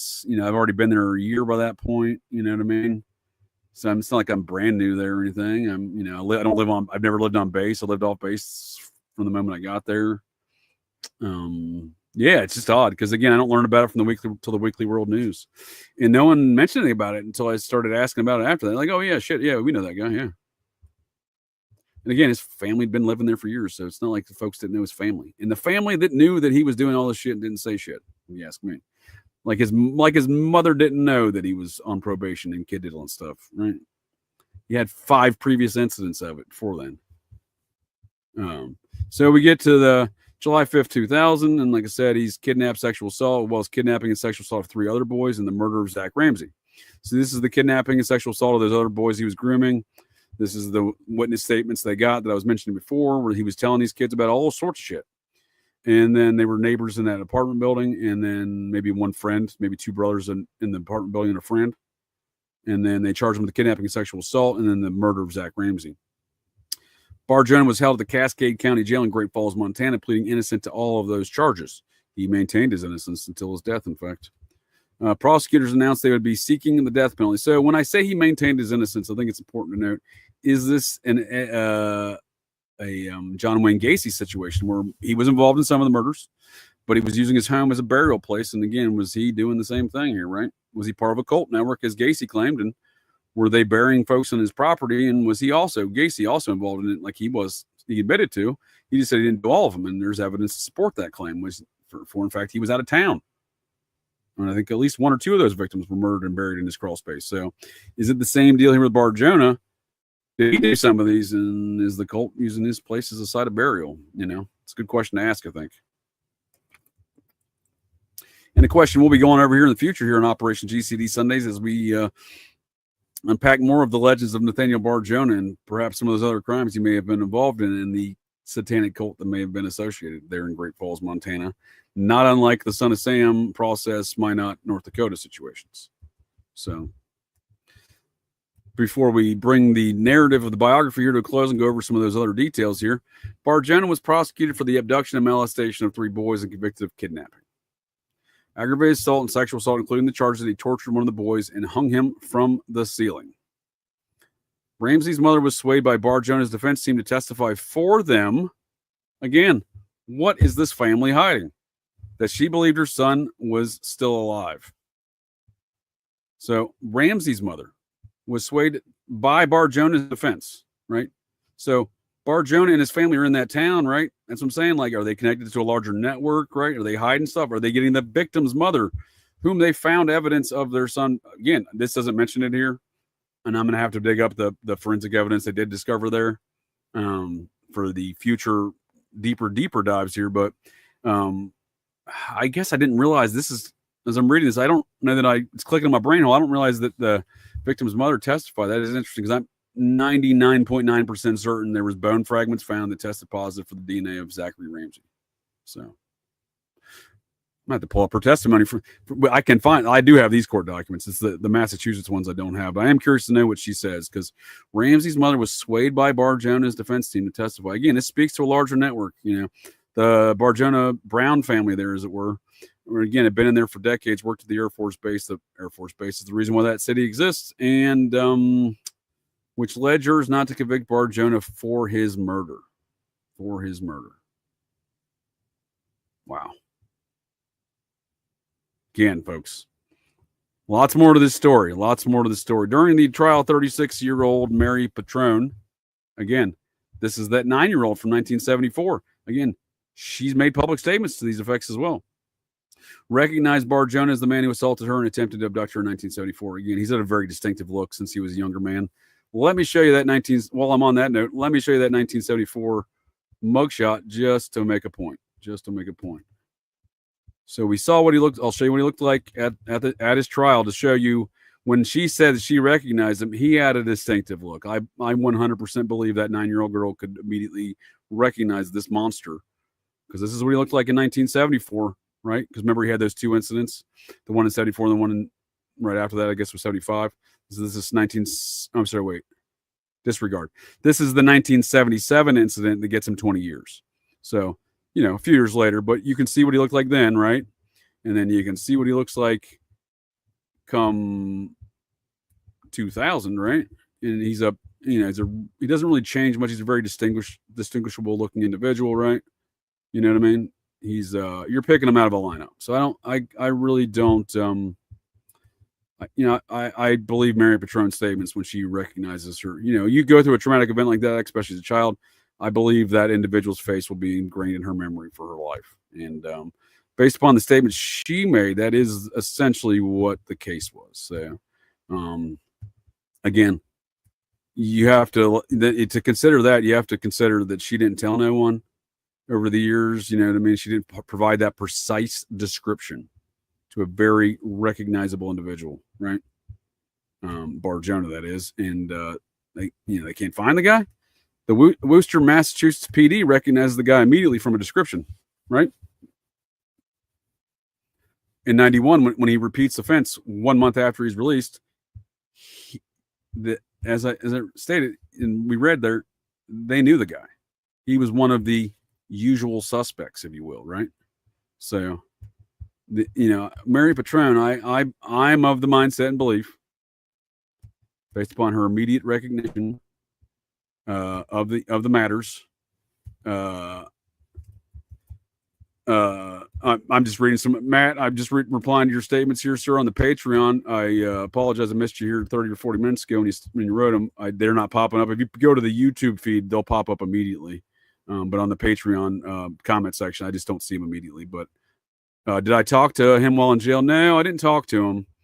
I didn't talk to Nathaniel Bar-Jonah. We were through some plexiglass. I immediately recognized him from that Weekly World News article, and again, my discussing him for months preceding with local townies. And I then turned back toward the deputies and said, "You guys are a bunch of dicks." You know what I mean? Because they had handcuffed me to the bench already and told me to sit there until my first sergeant came there. So all I could do was look at the floor and not at the creepy bastard right in front of me through the plexiglass and wait for my first sergeant to show up. In the psychopath machine, he mentioned something about a dark brotherhood, and he met some Nazis and described a ritual they were doing. Holy smokes, Matthew. Thank you, sir. I will certainly be checking out that book. I'm even more excited to do so now, learning those details. And let's see here. So, yeah. So my point being is I believe Mary Patron recognized him. I believe Mary Patron gave that description to law enforcement. I believe law enforcement knew exactly who she was talking about, because when that in 91 on that recidivism incident in 91 after he got out a month later, yeah. That guy's like, "Oh, that description, that guy, yeah, we know who that is." Yeah, and again, working in law enforcement, I can assure you, you have repeat offenders in your different districts and jurisdictions, and when you get a description of somebody, whether or not it was them or not, you're going to immediately think of that person, and you can go talk to them. You might rule it out it wasn't them, but nonetheless, you have your usual suspects when it comes to a description. I mean, 6'5", 300-pound fat fucker who's going around trying to rape little kids, right? Short list of folks in Worcester County, I imagine, and the nearby Connecticut residents of Mary Patron. So I have no doubt people knew. Again, it speaks to this a larger network that, again, we were just discussing there with Matthew's comment regarding that Canadian incident with some very, very similar activities. So yeah, let me recap some of these here events then. So, he gets murdered, or he dies. We have, even the Wikipedia lists a list of suspected victims, right? A list of suspected victims of this guy towards the bottom here. And again, like I said, I have my own ideas and some victims locally and some other stuff too that we'll be going over here in the future, folks. But Bar-Jonah was found unresponsive in his prison cell in the morning of April 13th, 2008. The Deer Lodge State Prison in Montana, the same Deer Lodge prison Edward Wayne Edwards escaped from back in 1959. Suspected victims, long list. They suspected was Matthew. I'm glad you brought up this Canadian stuff. So that reminds me. Thank you, sir. I appreciate you bringing that up. As you see, there's a long list of victims: Great Falls victims, Wyoming victims, nearby neighboring states, Idaho, in fact. Lots of cannibalism stuff. Again, deeper details. I'm laying the foundation tonight here, folks.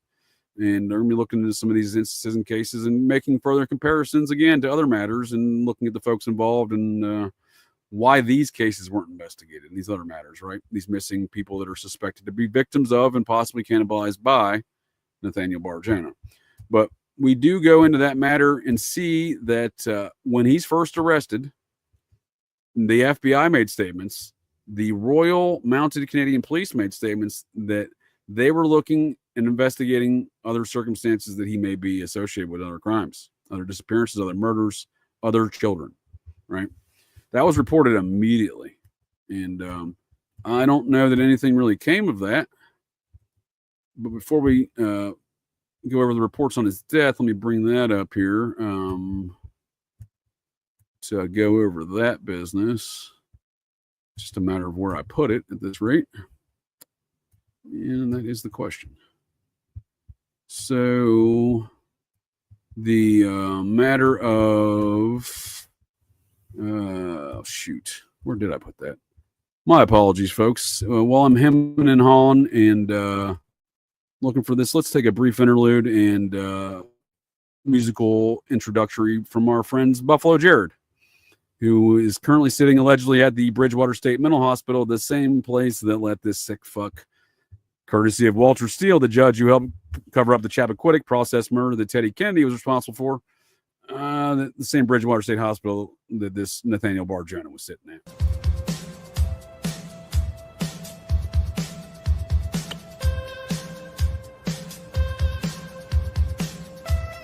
Did you fuck me? Then fuck me. Like fuck me hard.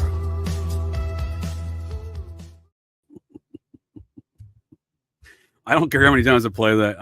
It cracks me up. It's the perfect fitting too. Like I didn't have to like mess with the audio of that. I just ripped the audio from Clerks 2 and Jay and Silent Bob doing the Silence of the Lambs thing, and it fit perfectly with the dance that he was doing on his Instagram page. It was almost like it was made to be. The perfect soundtrack to the perfect video. And I apologize, folks. I got too distracted watching Buffalo Jared, where I am no longer certain what I did with the article talking about the Royal Mounted Canadian Police, but I'm certainly glad you brought that up there because, yep, here we go. So back to these matters of people knew, things were ignored.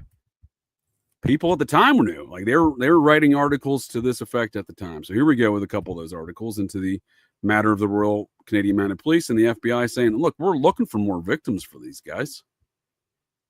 So I'd be interested to know. I'll look to see there, to see where the intersection. I'll look to see, Matthew, where the intersection is there. The intersection between that tale and the Canadian tales, with striking similarities, and the matters that the Royal Mounted Canadian Police suspected Nathaniel Bar-Jonah was responsible for, and again, grounds for future investigation and matters for a future Sundaze discussion here on Operation GCD Live. And I do appreciate you folks of the interwebs, your time and attention, and your participation and patronage here at Operation GCD. I enjoy telling these tales and unpacking these stories, and I do find matters of these matters of these degrees very relevant. As again, I think our society, in large part, the American society, is plagued by these murders, this continual rampage and carnage of our society, and the seemingly intentional nature behind it through these matters of chaos and destruction and social turbulence.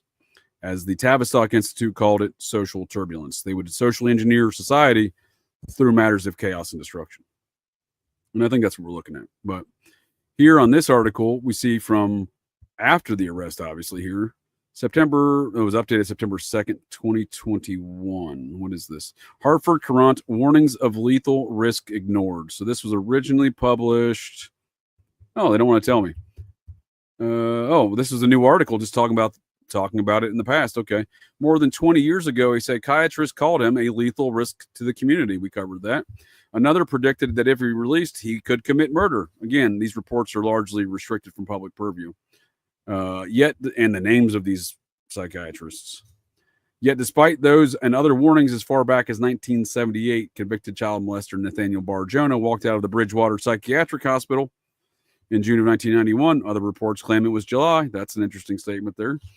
Only to be arrested soon after for attempting to abduct another youth. So, the state solution after that incident, send him packing to Montana, where he is now accused of killing and cannibalizing a 10-year-old boy. So this must have been written in 2001. And for some reason updated September 2nd, 2021. The initial 20 years remark threw me off, but clearly this was written in 2001 or so, and this was updated recently, so that's strange. The chilling untold history of how one state's legal system fumbled its responsibility to protect the public from a habitual child abductor is laid out in hundreds of pages of a confidential, again, I stress that again because I limited access to these reports, again, that one author, right, who wrote the one book, confidential psychiatric records obtained by the Courant. So apparently they got access to it. If they're going to badmouth any law enforcement, how about you badmouth the Connecticut Department and the Connecticut State Police and the authorities around 9-year-old Mary Patron's death, near murder, right? Near murder at the hands of Nathaniel Bar-Jonah back in 1974. So look in the mirror there, Connecticut, my home state of no long. It's allegedly the constitutional state, but I stress to understand how they ever got that nickname. So then we see that was obvious report after his arrest, but we see them bad mouthing other states, saying that we're shifting the responsibility, plausible deniability, right? We see another article published here in 2023 for some reason. Some interesting coverage recently, huh? Telltale signs. This is the U.S. Sun, again, kind of tabloidy, but we'll see what they say here. Could be factual, right? Telltale signs, 6 missed clues. Nathaniel Bar-Jonah was a gluttonous cannibal serial killer, sucking scabs as a boy and serving odd meat. I would say those are the least of the clues. Let's start with the psychiatric reports that everyone ignored. Let's start with the probation he kept getting for diddling and nearly killing kids that he had raped and found in the immediate aftermath and rape and near murder of, like that child in the back of the car, which got in probation, right? Which got in probation. So here's another article, contemporary to 2001. So this is shortly after I found out, because this is June 2001. That Weekly World News was May 22nd, 2001. Freed offender suspected of cannibalism. This is national coverage, though, because this is the Tampa Bay Times.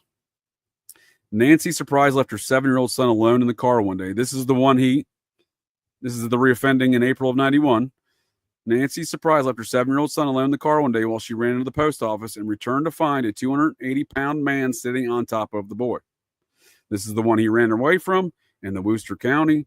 Law enforcement officer there in Massachusetts immediately recognized who it was, right? Immediately recognized it. So those were some of the reports regarding at the time his arrest, again, even Connecticut got on the game of pointing fingers like, oh, it's not our fault. It's their fault. We didn't do it. They did it, So in that respect, I think I think it's fairly safe to say that the Connecticut authorities are equally to blame for these matters. And I suspect old Mary Patron there, she would say the same thing, because she was living in Connecticut as a 9-year-old who almost became victimized by this monster. And Lord of mercy, I had that article somewhere about the Royal Canadian Mounted Police. And at this juncture, I don't know what I did with it, but I suppose the mere identification we've identified here, the intersection of similar tales out of Canada, and this dude being suspected in Canadian crimes. Well, that's going to be another aspect of our future edition here on the series of the legends of Nathaniel Bar-Jonah, right? And again, it is, when I first discovered these things in Great Falls, again, not a big town, but this is how close I was to the situation. Let's put a little bit of that perspective here while I'm going to locate what I did with this article. I just remembered. I took a screenshot because they were running too many ads on the article. So just solve that mystery here, folks. Give me 1 second, please. As I did not want the ads on the article running the entire time. So there. But as you look at this map, you'll see I live there on the 1100 block of First Avenue North. And then roughly 2.5 or so blocks just north of me, that would have been the apartment of Nathaniel Bar-Jonah, as listed in the documents and where he resided at the time, around the 1000 block of 4th Avenue North, right there, 1000 4th Avenue North, number 6. So this is me, right? And then what is this? 0.3 miles, less than about roughly a 7-minute walk. In fact, I had a friend that lived right up here on 6th Avenue, right here, corner of 6th and 10th. So I must have passed by this place a lot, go to her spot, but parties and hang out and whatnot. But the like I said, the Hardees no longer exist, but presumably I'm assuming he walked. So he walked down here near my house or walked this route and walked over this way, but this was the Hardees. So this was the quick drunk, the easiest place to get to. We didn't have a designated driver to take us up to the main drag over here on 10th Avenue South. This was the 10th Avenue South, right? This main road right through here, I-15, U.S. Route 87. I'm sorry, U.S. Route 87 runs into I-15. It's 10th Avenue South. That was the gravel road when I first got there. But that's where most of the restaurants are. But you have this little downtown complex right here, kind of deal, and then stuff over here in the suburbs across the river. But you know, Hardee's was the closest location for the late night, you know, quick get a burger for some broke young, you know, 19, 20-year-olds right now, whatnot. So definitely seemed like I had a lot of opportunities to run in around old Nathaniel Bar-Jonah outside of eating at that Hardee's for a good almost a year there prior to his arrest in July of 2000. So it's kind of creepy. You can be living that close to a kid diddling homicidal psychopathic cannibalistic serial killer and not even realize it. Just saying. And damn it, I just had that. As soon as I find it, I lost it, folks. Where do we go? Okay. So immediately following that arrest there in 2000, there was publications and reports like this one, strangely enough, out of the Cape Cod Times back there in Buffalo, Jared Revisa land. And also, again, where Nathaniel Bar-Jonah hailed from in the state mental hospital and nearby where he was born. And apparently also where he victimized a number of children there in Worcester County, Massachusetts. Police seek more victims of child killer. Why are they updating these articles? This article says updated January 5th, 2011. Bar-Jonah has been dead for nearly 3 years by that point. I wonder if I can go back in the Wayback Machine and see what they updated. That's weird to me. Police seek more victims of child killer. Associated Press writes on December 23rd, 2000. So my understanding looking back, that article says he was arrested in July. I'm going to have to double check because again, these reports on here are slim, the availability of reports on this guy, but I'm quite confident he was arrested in December of 2000. So in December of 2000 is when I left for Saudi Arabia. Again, I didn't hear anything about this guy. Again, I was in Canada when he allegedly got arrested, but I didn't hear anything about this guy. I hung out with a lot of townies. You know, there's a lot of female friends that had come over to the house. They were all townies, you know, and they didn't say nothing, you know. But until I got back again, read the Weekly World News, I'm curious to know precisely the arrest date. Because now that I think about this date right here comes in line with my memories of his arrest date. Now, while I'm saying that, I'll double check here too. But I want to get my actual, and I have tried. I want to get my actual hands on more of these reports about this guy. But as you saw in that Corona article about his psychiatric records, the law enforcement records around this guy are also restricted. And I would just argue that's indicative of a larger network. The folks don't want to see the elements of this case be compared to other situations and elements of that larger network be discovered. But here we see in this article, Boston federal agents in the Associated Press. Federal agents have fanned out across the country trying to determine if accused Montana child killer Nathaniel Bar-Jonah might be linked to deaths and disappearances of other children. So that's the FBI statements, right? And here we see at the bottom of this article and the statement from the Cascade County attorney, district attorney, Brant Light. He was dumped on us, and we are deeply offended by that. Again, there's a somewhat of a circumstantial argument to support Light's argument. However, just asking the state of Massachusetts for a probation file on somebody you know is on probation and then not touching it again for years, seeing this guy at different crime scenes, et cetera, all speaks to me. Denying the search warrants, despite seeing him at the disappearance of that 10-year-old boy in 96, all speaks to me of top cover. Individuals within authority positions that are providing the ability for this man to continue his nefarious actions and operations. Right? We see that in the Son of Sam case. We see that in a lot of process-related crimes. We see that time and time again with Nathaniel Bar-Jonah let out on probation. He's not a danger to society. He's just told numerous psychiatrists he was. He tells the judge he was. The judge says, you're good. So what's what I'm saying? Everything about this screams that way. So while Great Falls and Cascade County can make that statement and have plausible deniability on paper that they can make that statement, I do agree. I'm not buying. Meanwhile, authorities in Montana say they want answers to why Bar-Jonah, who has a lengthy record of ghastly crimes against children, and once told a counselor, how about numerous times told a counselor and a judge, he was curious about the taste of human flesh and was if he was ever released from custody. Right. So here's the RCMP one. So the FBI claims, well, we're out here looking for more stuff. Were they? Were they really? The Federal Bureau of Investigation seemed to be uninvestigating things, if you ask me. RCMP looking for connections to U.S. serial killers. So once again, I'm going to have to get into some comparisons with that Canadian case and look at more of, I haven't really dove much into the Canadian stuff, to be quite honest with you. I don't know the full scope of the victims they claim he was behind, nor do I have my own ideas and theories. But on the next installment and volume here of the Nathaniel Bar-Jonah series on Operation GCD Sundaze, I assure you folks, we're going to get a bit Canadian about it too. So police in Saskatchewan have been asked to help investigate a suspected American child serial killer and cannibal.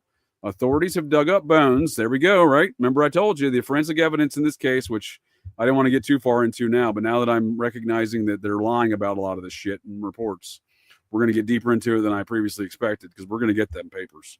We're going to get some of them documents, hopefully from Detective John Cameron's sake, hopefully. Hopefully he can assist us. If not, I will continue my best efforts.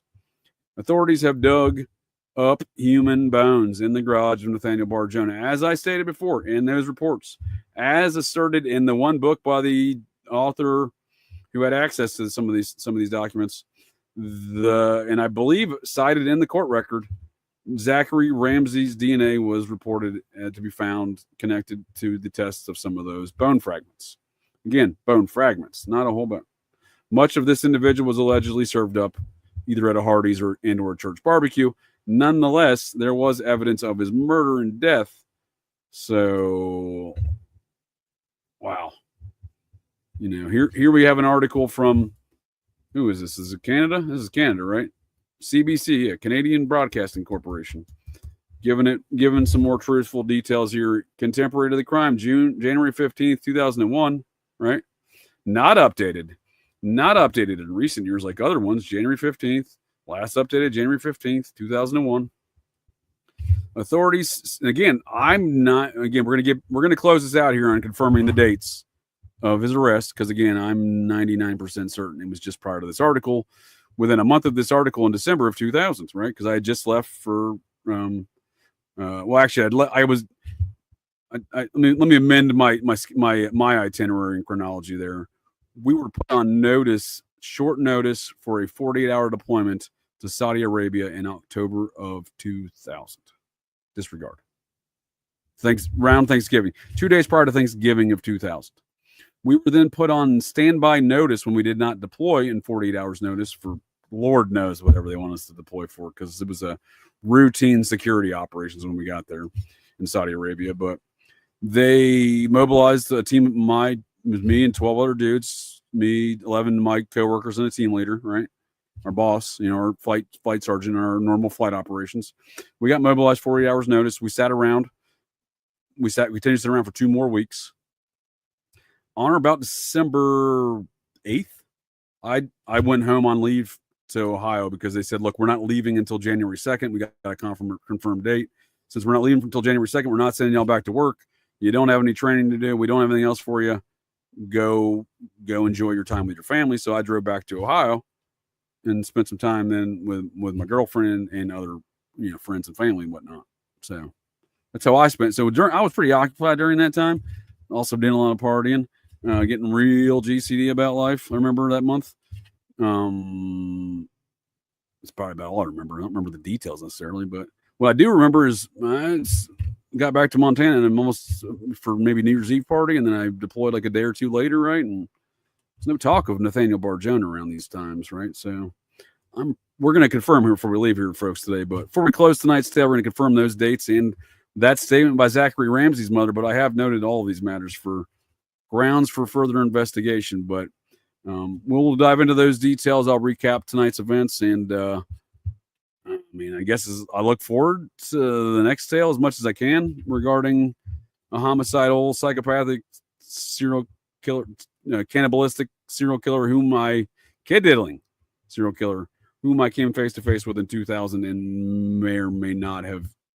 In 2001, and may or may not have eaten human meat burgers from him in 2000. So, creepy. But we'll go over those details, recap everything, and closing out here.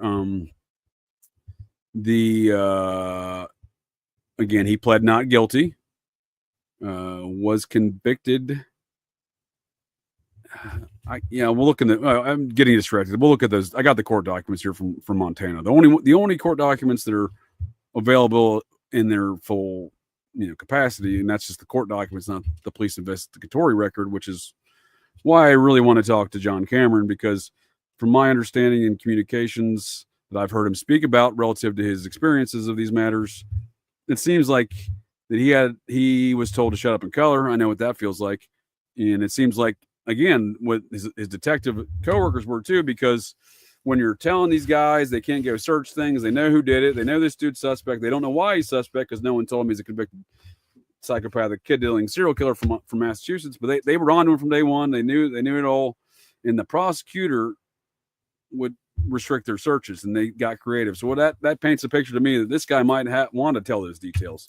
He might have some inferences that he would like to add, maybe not full details, but inferences he would like to add into the discussion of the other elements that were going on that he witnessed, that he saw, or that he established in his investigations. I suspect that is the case given the details, but when I see things being reported differently, even and being updated, I'm concerned about these things again. So, now that I think about it, I'm going to also, for a future show, I'm also going to do a Freedom of Information Act request on the FBI file of Nathaniel Bar-Jonah, because as per their own rules and regulations, if the individual's dead, they don't restrict it. There may be some things in there still, redacted, but they'll give you the a file with redactions in it, at least. That's what they did for Orenthal James Simpson when he died. I think they redacted everything. It's like a 470-page file. When he died, they just released it all in the FBI vault. So they don't have his on the FBI vault, but I am going to submit a records request for these things, because that it is that those coded symbols that I'm very curious about, because my understanding, those recipe cookbooks were not coded. They were just written down. But, those were actually some of the coded stuff, and the FBI literally was involved in that. I had questions, but it should be involved. They were involved. It should be in the file. But I'm just looking at the court document as I'm saying these things to verify his actual date of arrest before we look at those statements from Zach Ramsey's mother, and who allegedly also testified here, and then recap tonight's events, folks, with the interwebs, in this tale here of the legends of Nathaniel Bar-Jonah. We'll close it out with a summary, and hopefully you folks have enjoyed this conversation as much as you can. I hope you found it intriguing. It's certainly trying to turn it into the dark comedy that I have turned it into, in an effort in which to just come to terms with these matters in my life and the existence of these activities ongoing in our society, right?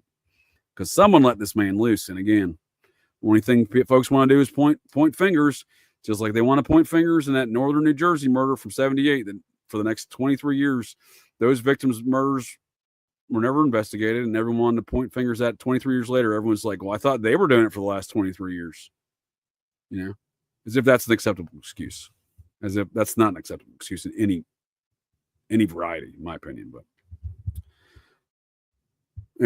we do look here and see I'm not showing this whole standby. I'm not sharing. I just realized I'm not sharing the screen of the court record, but we do see the Montana court record in the state versus Nathaniel Bar-Jonah.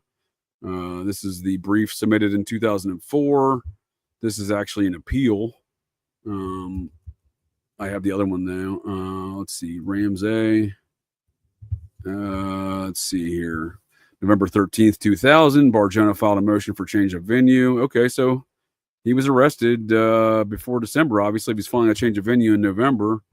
On June 29th, 2000, John Cameron, that's the guy I was talking about, and Wilson went to the apartment of Bar-Jonah, above Bar-Jonah, to request an interview with RJ, one of the children depicted in the photographs. Again, children in the building, photographs. These were some of the people they charged them against.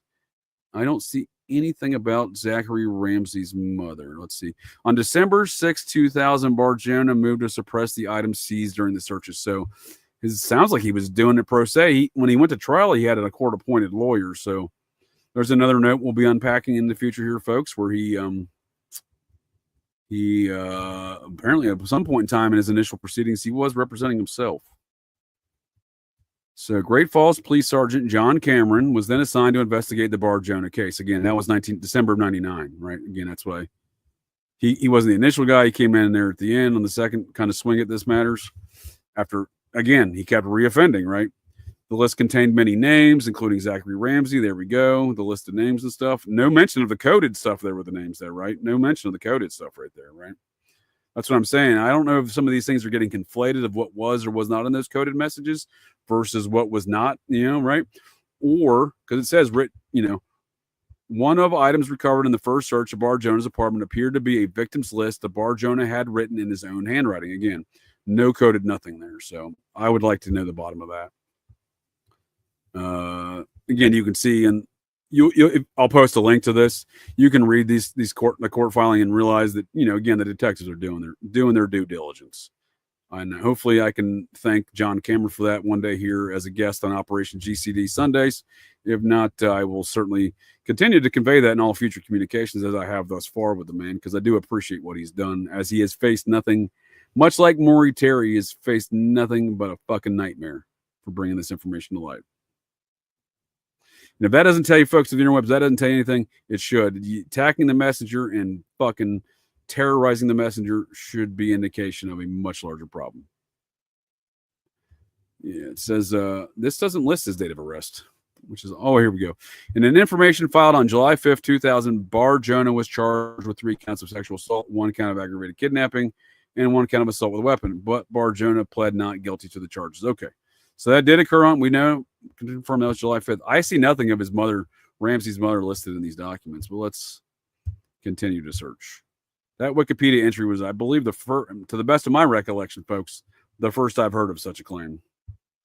But it wouldn't surprise me, because, again, if you're going to terrorize the man that brings this stuff to light, John Cameron, right, and you want to hide a larger network, well, I think you're probably going to terrorize the victim's mother and try to bend her opinions and statements, right?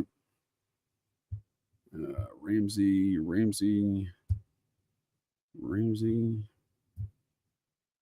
I see a lot of Ramsey entries here, 12 of 18, but have yet to come across one from his mother testifying in any capacity. And there's Dr. Cohen, was a jury consultant in the Ramsey case, contends the adverse publicity in this case was inflammatory and prejudiced the community. All right, well, that sounds like a satanic panic guy. I got to read more about him. He's saying that they need to. He was saying that was mentioning that he was backing up Bar-Jonah's claim to move the trial to a change of venue. Our review of Dr. Cohen, this is the appeals court. Our review from 2004. Our review of Dr. Cohen's testimony and media penetration study upon which Bar-Jonah relies for his change of venue leads us to the conclusion that the district court did not abuse its discretion in deciding, while facts reported in the media relating to the alleged kidnapping, murder, and cannibalism of Zachary Ramsey could not help but arouse strange feelings in the community against Bar-Jonah. The news reporting did not go beyond the objectivity expected by the press. So they were saying, because of all this bad press about eating this kid and kidnapping and killing him, we got to move this to a different place. And the appeals court was like, you guys gotta be fucking kidding me. Just reporting the facts doesn't mean that you can move it, right? Doesn't mean that you can move it. This Ramsey thing is really bothering me, though, because, let's say, I'm not impugning or, inferring that I had any evidence and such. I'm just asking questions here, folks. Let's say Zachary Ramsey's mother was involved in the same network. We see that time after time where these folks seemingly get their children involved. I'm thinking JonBenet Ramsey. In fact, John Cameron, in his book about Edward Wayne Edwards, asserts that Edward Wayne Edwards was involved, if not the perpetrator of the murder of JonBenet Ramsey. And I assure you, folks, if you think you know the story of JonBenet Ramsey and the parents had anything to do with it, the grand jury from Boulder County that investigated it for 13 months did, in fact, recommend charges against the Ramsey parents, Pat and John Ramsey. Wasn't for murder. It was for the cover-up of murder. Even after, I believe it's only 4 paragraphs of an 18-page grand jury indictment report has been published, 4 paragraphs of an 18-page report. In those 4 paragraphs, it cites that cover-up. And the charges that were recommended to the district attorney, who did not press them, right? Because I'm assuming they didn't want the larger network to be established and known. Whatever this network is around all this kid diddling and murder and sexual torture of young women or young children, in the case of Bar-Jonah at least, right? Well, I assume that letting, once one domino falls, they all start falling. And the district attorney decided we're not doing that. Who knows? Maybe he was involved. I don't know. What I'm saying here is that these matters relative to this children's stuff, time after time, get swept under the rug by these prosecuting attorneys. John Bonet case comes to mind. And again, I think there is an argument to be made that Edward Wayne Edwards had some involvement or was implicated in the machinations of that murder. And more to follow soon, hopefully, directly from John Cameron. But on that note, what the grand jury was, my perspective of what the grand jury was saying was the parents knew it was two charges. It was the cover up of the crime, and it was the gross endangerment of their child. The grand jury said that Pat and John Ramsey put their child John Bonet into a dangerous environment with dangerous people that were probably identified in those 18 pages, along with the other crimes that those people committed, but did not commit the murder and were only guilty of gross negligence in the cover-up of their daughter's murder. So I'm assuming what I'm saying here is, what if these circumstances or instances of families involved in these cult networks and they're using their own children, which again seems to be the case time after time, and perhaps Zachary Ramsey's mother was part of that network, and perhaps that was her motivation to testify. But again, we'll go over that, her statements, and the bone forensics that were established there in a future show. I didn't want to get too much in the details, but as I'm discussing and we're looking at some of these things, I'm obviously taking notes to matters that are certainly pertinent and relevant to understanding what has occurred here. But more to follow soon. More to follow soon, because I see even in the analysis here, I'm not going to read I'm not going to sit here and bore us all with every court filing. Like I said, I got the court filings from Montana, and I've seen no reference in the appeals or the original case to Zachary Ramsey's mother. And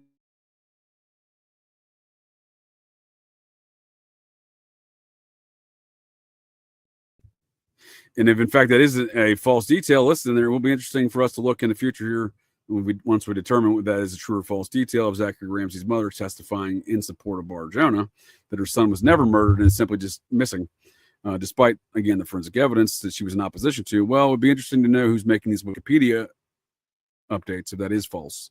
And it'd also be interesting to know if that it did occur, if there is more of these kind of cult activities surrounding the mother of Zachary Ramsey, because I didn't do a big deep dive or anything on the victim. So that'll be something, again, we're going to do in the future, and we'll go over here in our analysis of these activities and actions in the future relative to these matters. And again, I tell you what, as much as I think of this thing as being a mystery, man, it's a mystery, right? Here we are in 2025, and these things, again, when I say that I think John Cameron, the detective on this case, shares some of these sentiments, well, just based upon my interpretation of statements he's made relative to these matters and how things went down with Bar-Jonah here. Well, again, these are interviews he hasn't done, in over 7 years, back when he was on his tour of that Edward Wayne Edwards book and Paramount Plus TV show, which folks should check out. It's definitely worth a watch. Whether or not he's accurate in all of his conclusions relative to Edward Wayne Edwards, next Sunday's, topic of conversation, I do think he makes a great point. He might be slightly off target, but I think Edwards was part of a larger network of these cult assassins. Think of Henry Lee Lucas's tales of the Hand of Death cult. I would assert Lucas is a patsy or fall guy in kind of portraying those tales, but to make him look kind of foolish and less believable. If you had a guy attached to those tales like Edward Wayne Edwards and see the diabolical nature in which he operates, in the manner in which he operates, in the affluent life that he continued to live by stealing, murdering, and et cetera, you might not, he had all of his teeth too, that helps, where Henry Lee Lucas did not. But, much like Henry Lee Lucas being the only man commuted by Governor George Bush during his term in Texas, the only death sentence he commuted or pardoned, which was a commutation there of Henry Lee Lucas, I think that was the gratitude for being the patsy in this business. And that folks like, and perhaps particularly Edward Wayne Edwards, might be the commander or general in that Hand of Death style assassin network. Project Phoenix Come Home, right? The tales as depicted in the Program to Kill by Dave McGowan. I'm just suggesting there are, if indeed the victim's mother is testifying, there are certainly possibilities that the victim's mother is associated with the same cult activity. Again, Ramsey's are just one example. Example relative to Edwards there, but there are other examples in which to support those same precise circumstances. So, and as we round this thing out, I do want to highlight the effect that I witnessed that this stuff had. So when I say that, when I get into the satanic panic stuff or talk about specific matters such as this, here with the legends of Nathaniel Bar-Jonah, I watched the impact this had on a town in 2001 and 2002 before I moved to my new assignment in Korea. I watched the impact this stuff had. I knew people that were, of missing people. And the new people, people that I knew of missing people that were in this town, people that I knew victims of these matters. And I watched the effect this had on a small town. So when I say creating chaos in a small town, I seen it. And when I say that's possibly what was intentionally going on here, they achieved it. These are worldwide articles of the time, right? Again, this one's recent. Actually, not of the time. This was recent, January of 2024, June of 2024. So I don't know that's a good question too. What's the resurgence of interest in this case? I know my resurgence of interest in this case, but I don't know what the Irish Star's publishing this about.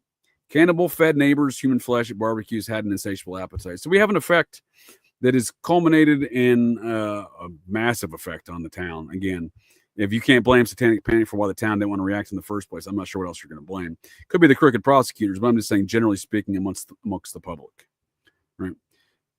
Well, why are we still interested in this case today? Out of the Irish Star, right? This is the long-term effect, right? I think is what I'm getting at. It's the long-term effect that what's going on here. Where we see numerous articles published here in the last 1 to 4 years talking about these things, right? But this article from December 21st of 2000, which again, maybe it was the cannibalism, the stuff that came out in December, because there's a series. We know he was arrested in July, but there's some event occurred here in early December. When I was not even in town, and again I was back for 2 days before I went to Saudi Arabia. This all stuff became public, right? Because all these dates of these articles are around the same time, the 15th of December, the 21st of December. Cannibalism charges stun Montana town. So I don't know. I'll have to look back. Maybe they added the cannibalism charge at that time. That's why. But I assure you folks, this is not a sensational headline. This is not a fabricated fake news event. That Montana town was stunned. And then we see, this is when he dies in 2008, April 13th, 2008, convicted sex offender, accused cannibal. Again, why do we keep calling him accused? The detective who worked the case will let you know it was confirmed. If we can get John Cameron on here, or at least, if not, I will try to find some of those older statements he made publicly to that effect. Because again, a lot of the statements he's made, I logged in my brain hole from many years ago. That's why, he hasn't done an interview in 7 years. I really hope I can bring his mind at ease that, this will be a safe environment for him to come discuss these things.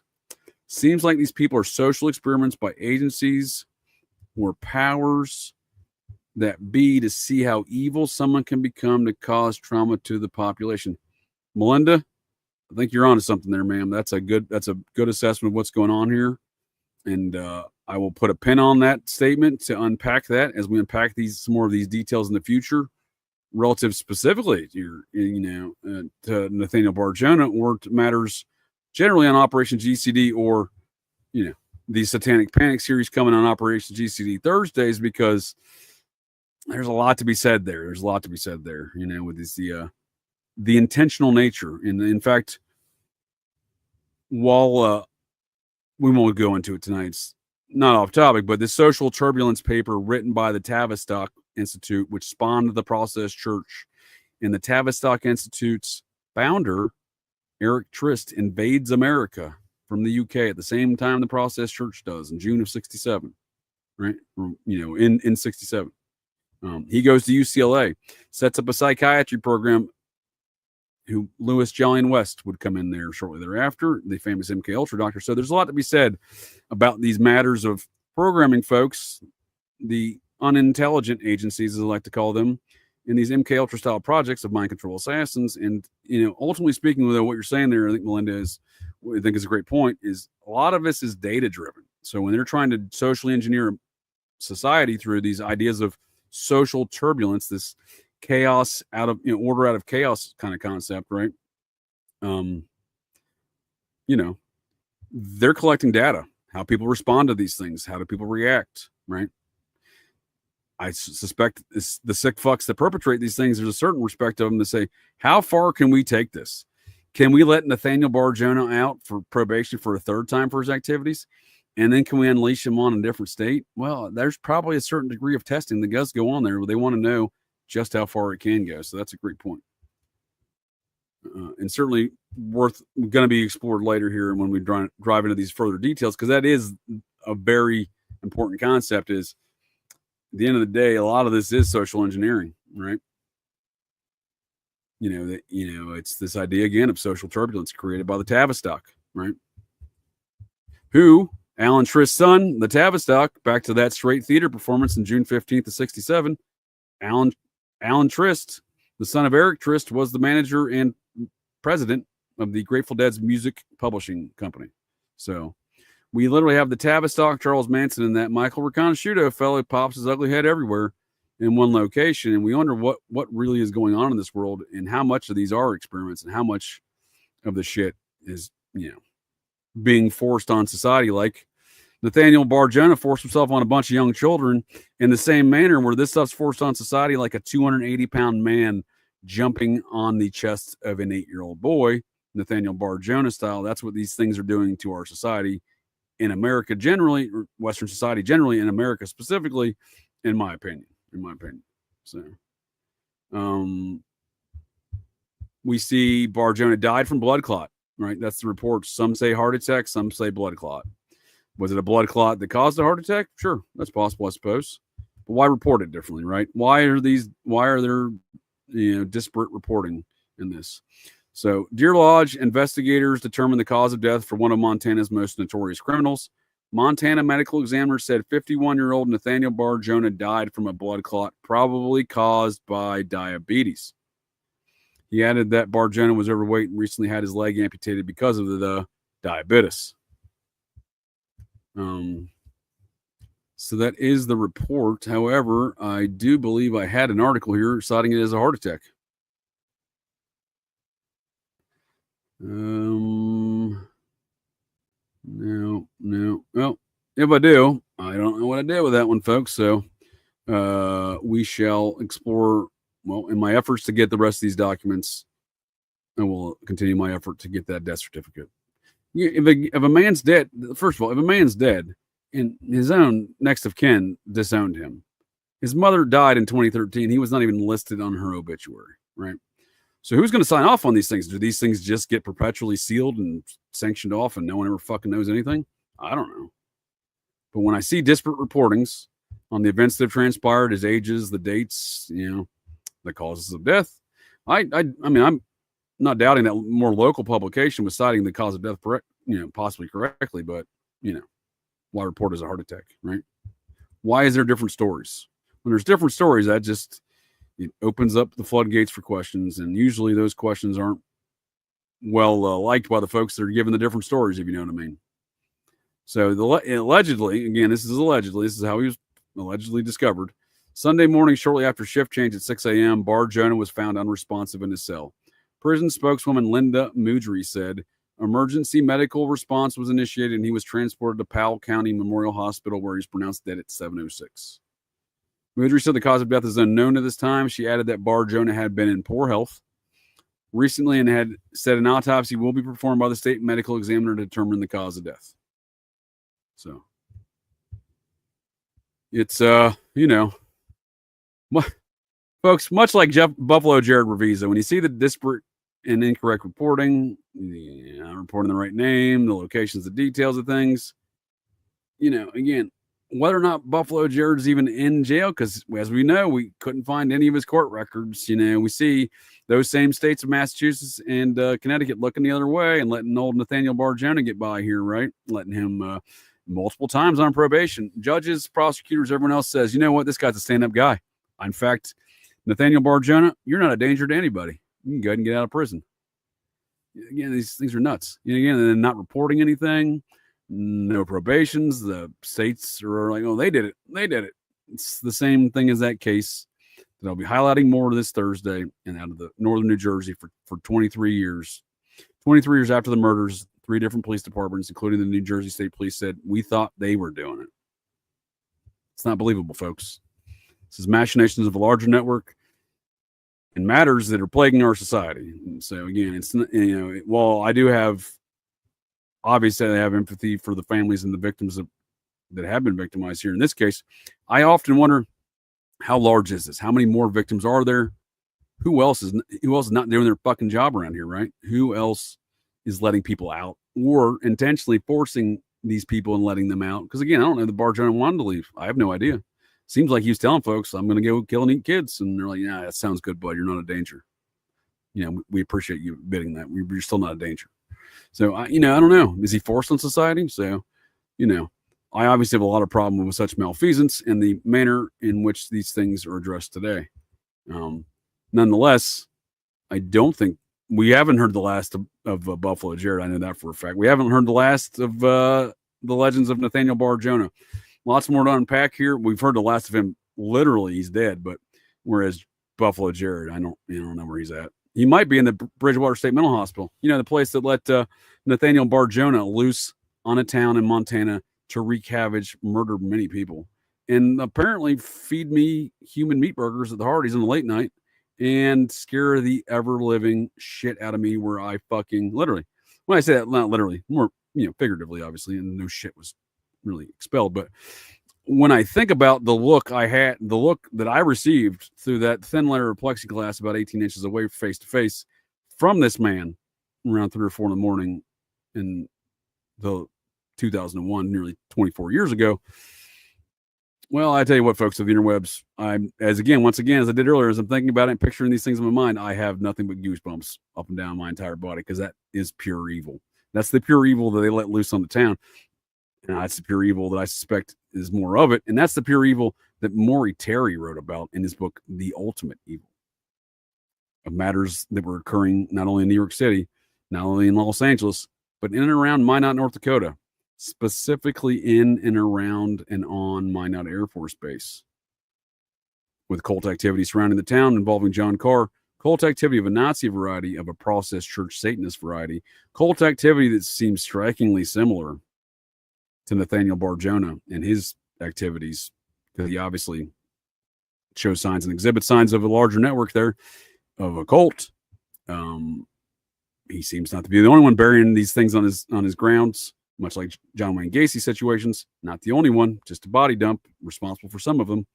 And it seems like John Wayne Gacy, and many, many other cases, the John Benet Ramsey case, etc. There's elements of authority, people in the Son of Sam case, with elements of the New York mayor's office involved, in allegedly a judge or two, not to mention some law enforcement. It is these matters of these compromised individuals that help perpetrate these crimes and help make sure no one understands what's going on. And I say all of these elements are present in Great Falls, Montana, and around Nathaniel Bar-Jonah. And again, much like Minot, North Dakota, not only do they have a lot of white nationalist business in that region, speaking to the Nazi Odinism, again, processed church Nazi belief systems, right? That coincide with the Odinism, white nationalists. I'm not saying you got to be processed to be a white nationalist. I'm not saying you got to be an Odinist. What I'm saying is all of these folks get along. And the organizing principle is that white nationalism, which is present in Great Falls as well. And they have the same Air Force mission as Minot, North Dakota. So when I see that operating on a base, when I see Nathaniel Bar-Jonah's father being employed by the Air Force Base in Great Falls, Montana, which is why that family's there in the first place, got a lot of questions. Obviously, a comparative analysis there, and on that note, folks of the interwebs, thanks for joining me here tonight to get a little GCD, and I hope you folks can join me here on the Thursdays for the Anatomy of Satanic Panic, and definitely looking forward. And of course, this Wednesday, talking some more of these processed church son of Sam type deals with those elements that were embedded in an esoteric manner into the 1981 film Ghost Story that was written contemporary to the events there with David Berkowitz at 78. And how did this man know? How did this author know elements of that story that we now know in the future? We can look back in the past to confirm. And how did he know about that and the processed church people associated? And how did he embed them into the story that he wrote in 1978 that was made into a film in 1981? So for answers on how that goes down with author Jonathan Mitchell and the Occult Rejects as guests, we'll be doing an occult and esoteric review of Ghost Story this Wednesday at 8 p.m. Eastern Daylight or Standard Times, however that works. And we'll be doing again, how does this man know? If there is this larger network, is this evidence of such?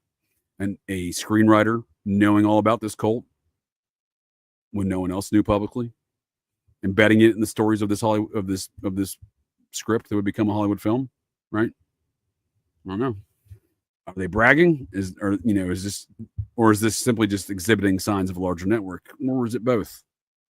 Is it both? So not mutually exclusive. And of course, that'll be this Wednesday. I don't know what I did with my Muppet for that show. I do have a Muppet somewhere. I have a Muppet for myself, even a Muppet for everything. Everything. I like to Muppetize things as I'm working on them, at least. What I did with next week's show, right now, folks, your guess is as good as mine. But somewhere here next week, we got a show here next Sundaze. Once again, somewhat of a to be continued from this week, but the serial killer you never heard of. The case of Edward Wayne Edwards. A lot to unpack there. We'll be doing the same thing, though, laying some foundation of that tale and how it connects, again, to my interests. Tonight's tale, Detective John Cameron, who wrote that book, the guy who brought Bar-Jonah to justice. And we'll be doing, obviously, some more. It won't be the last we heard of Edward Wayne Edwards. That's for damn sure. This is the most diabolical serial killer in American history, in my opinion, at least that we know about today. There could be worse. But Lord of mercy, folks of the interwebs, if there's worse, I don't want to see it. So on that note, thanks for joining me, folks, and I'll catch you next time. And on the case of Edward Wayne Edwards next Sunday, Ghost Story on Wednesday, Anatomy of Satanic Panic on Thursday, and of course, Operation GCD and Occult Rejects Fridays this week as well. So on that note, thanks again, folks. Catch you next time. Well, that's it. That's the show here, folks. So the next time you're out on the town, visiting your local watering holes, or perhaps just meandering around, and you hear the unmistakable sounds of metal clanking, and you spot signs of a disturbance, but check your six. Look in that garbage can, 'cause you never can tell. The GCDs may be loose in your town.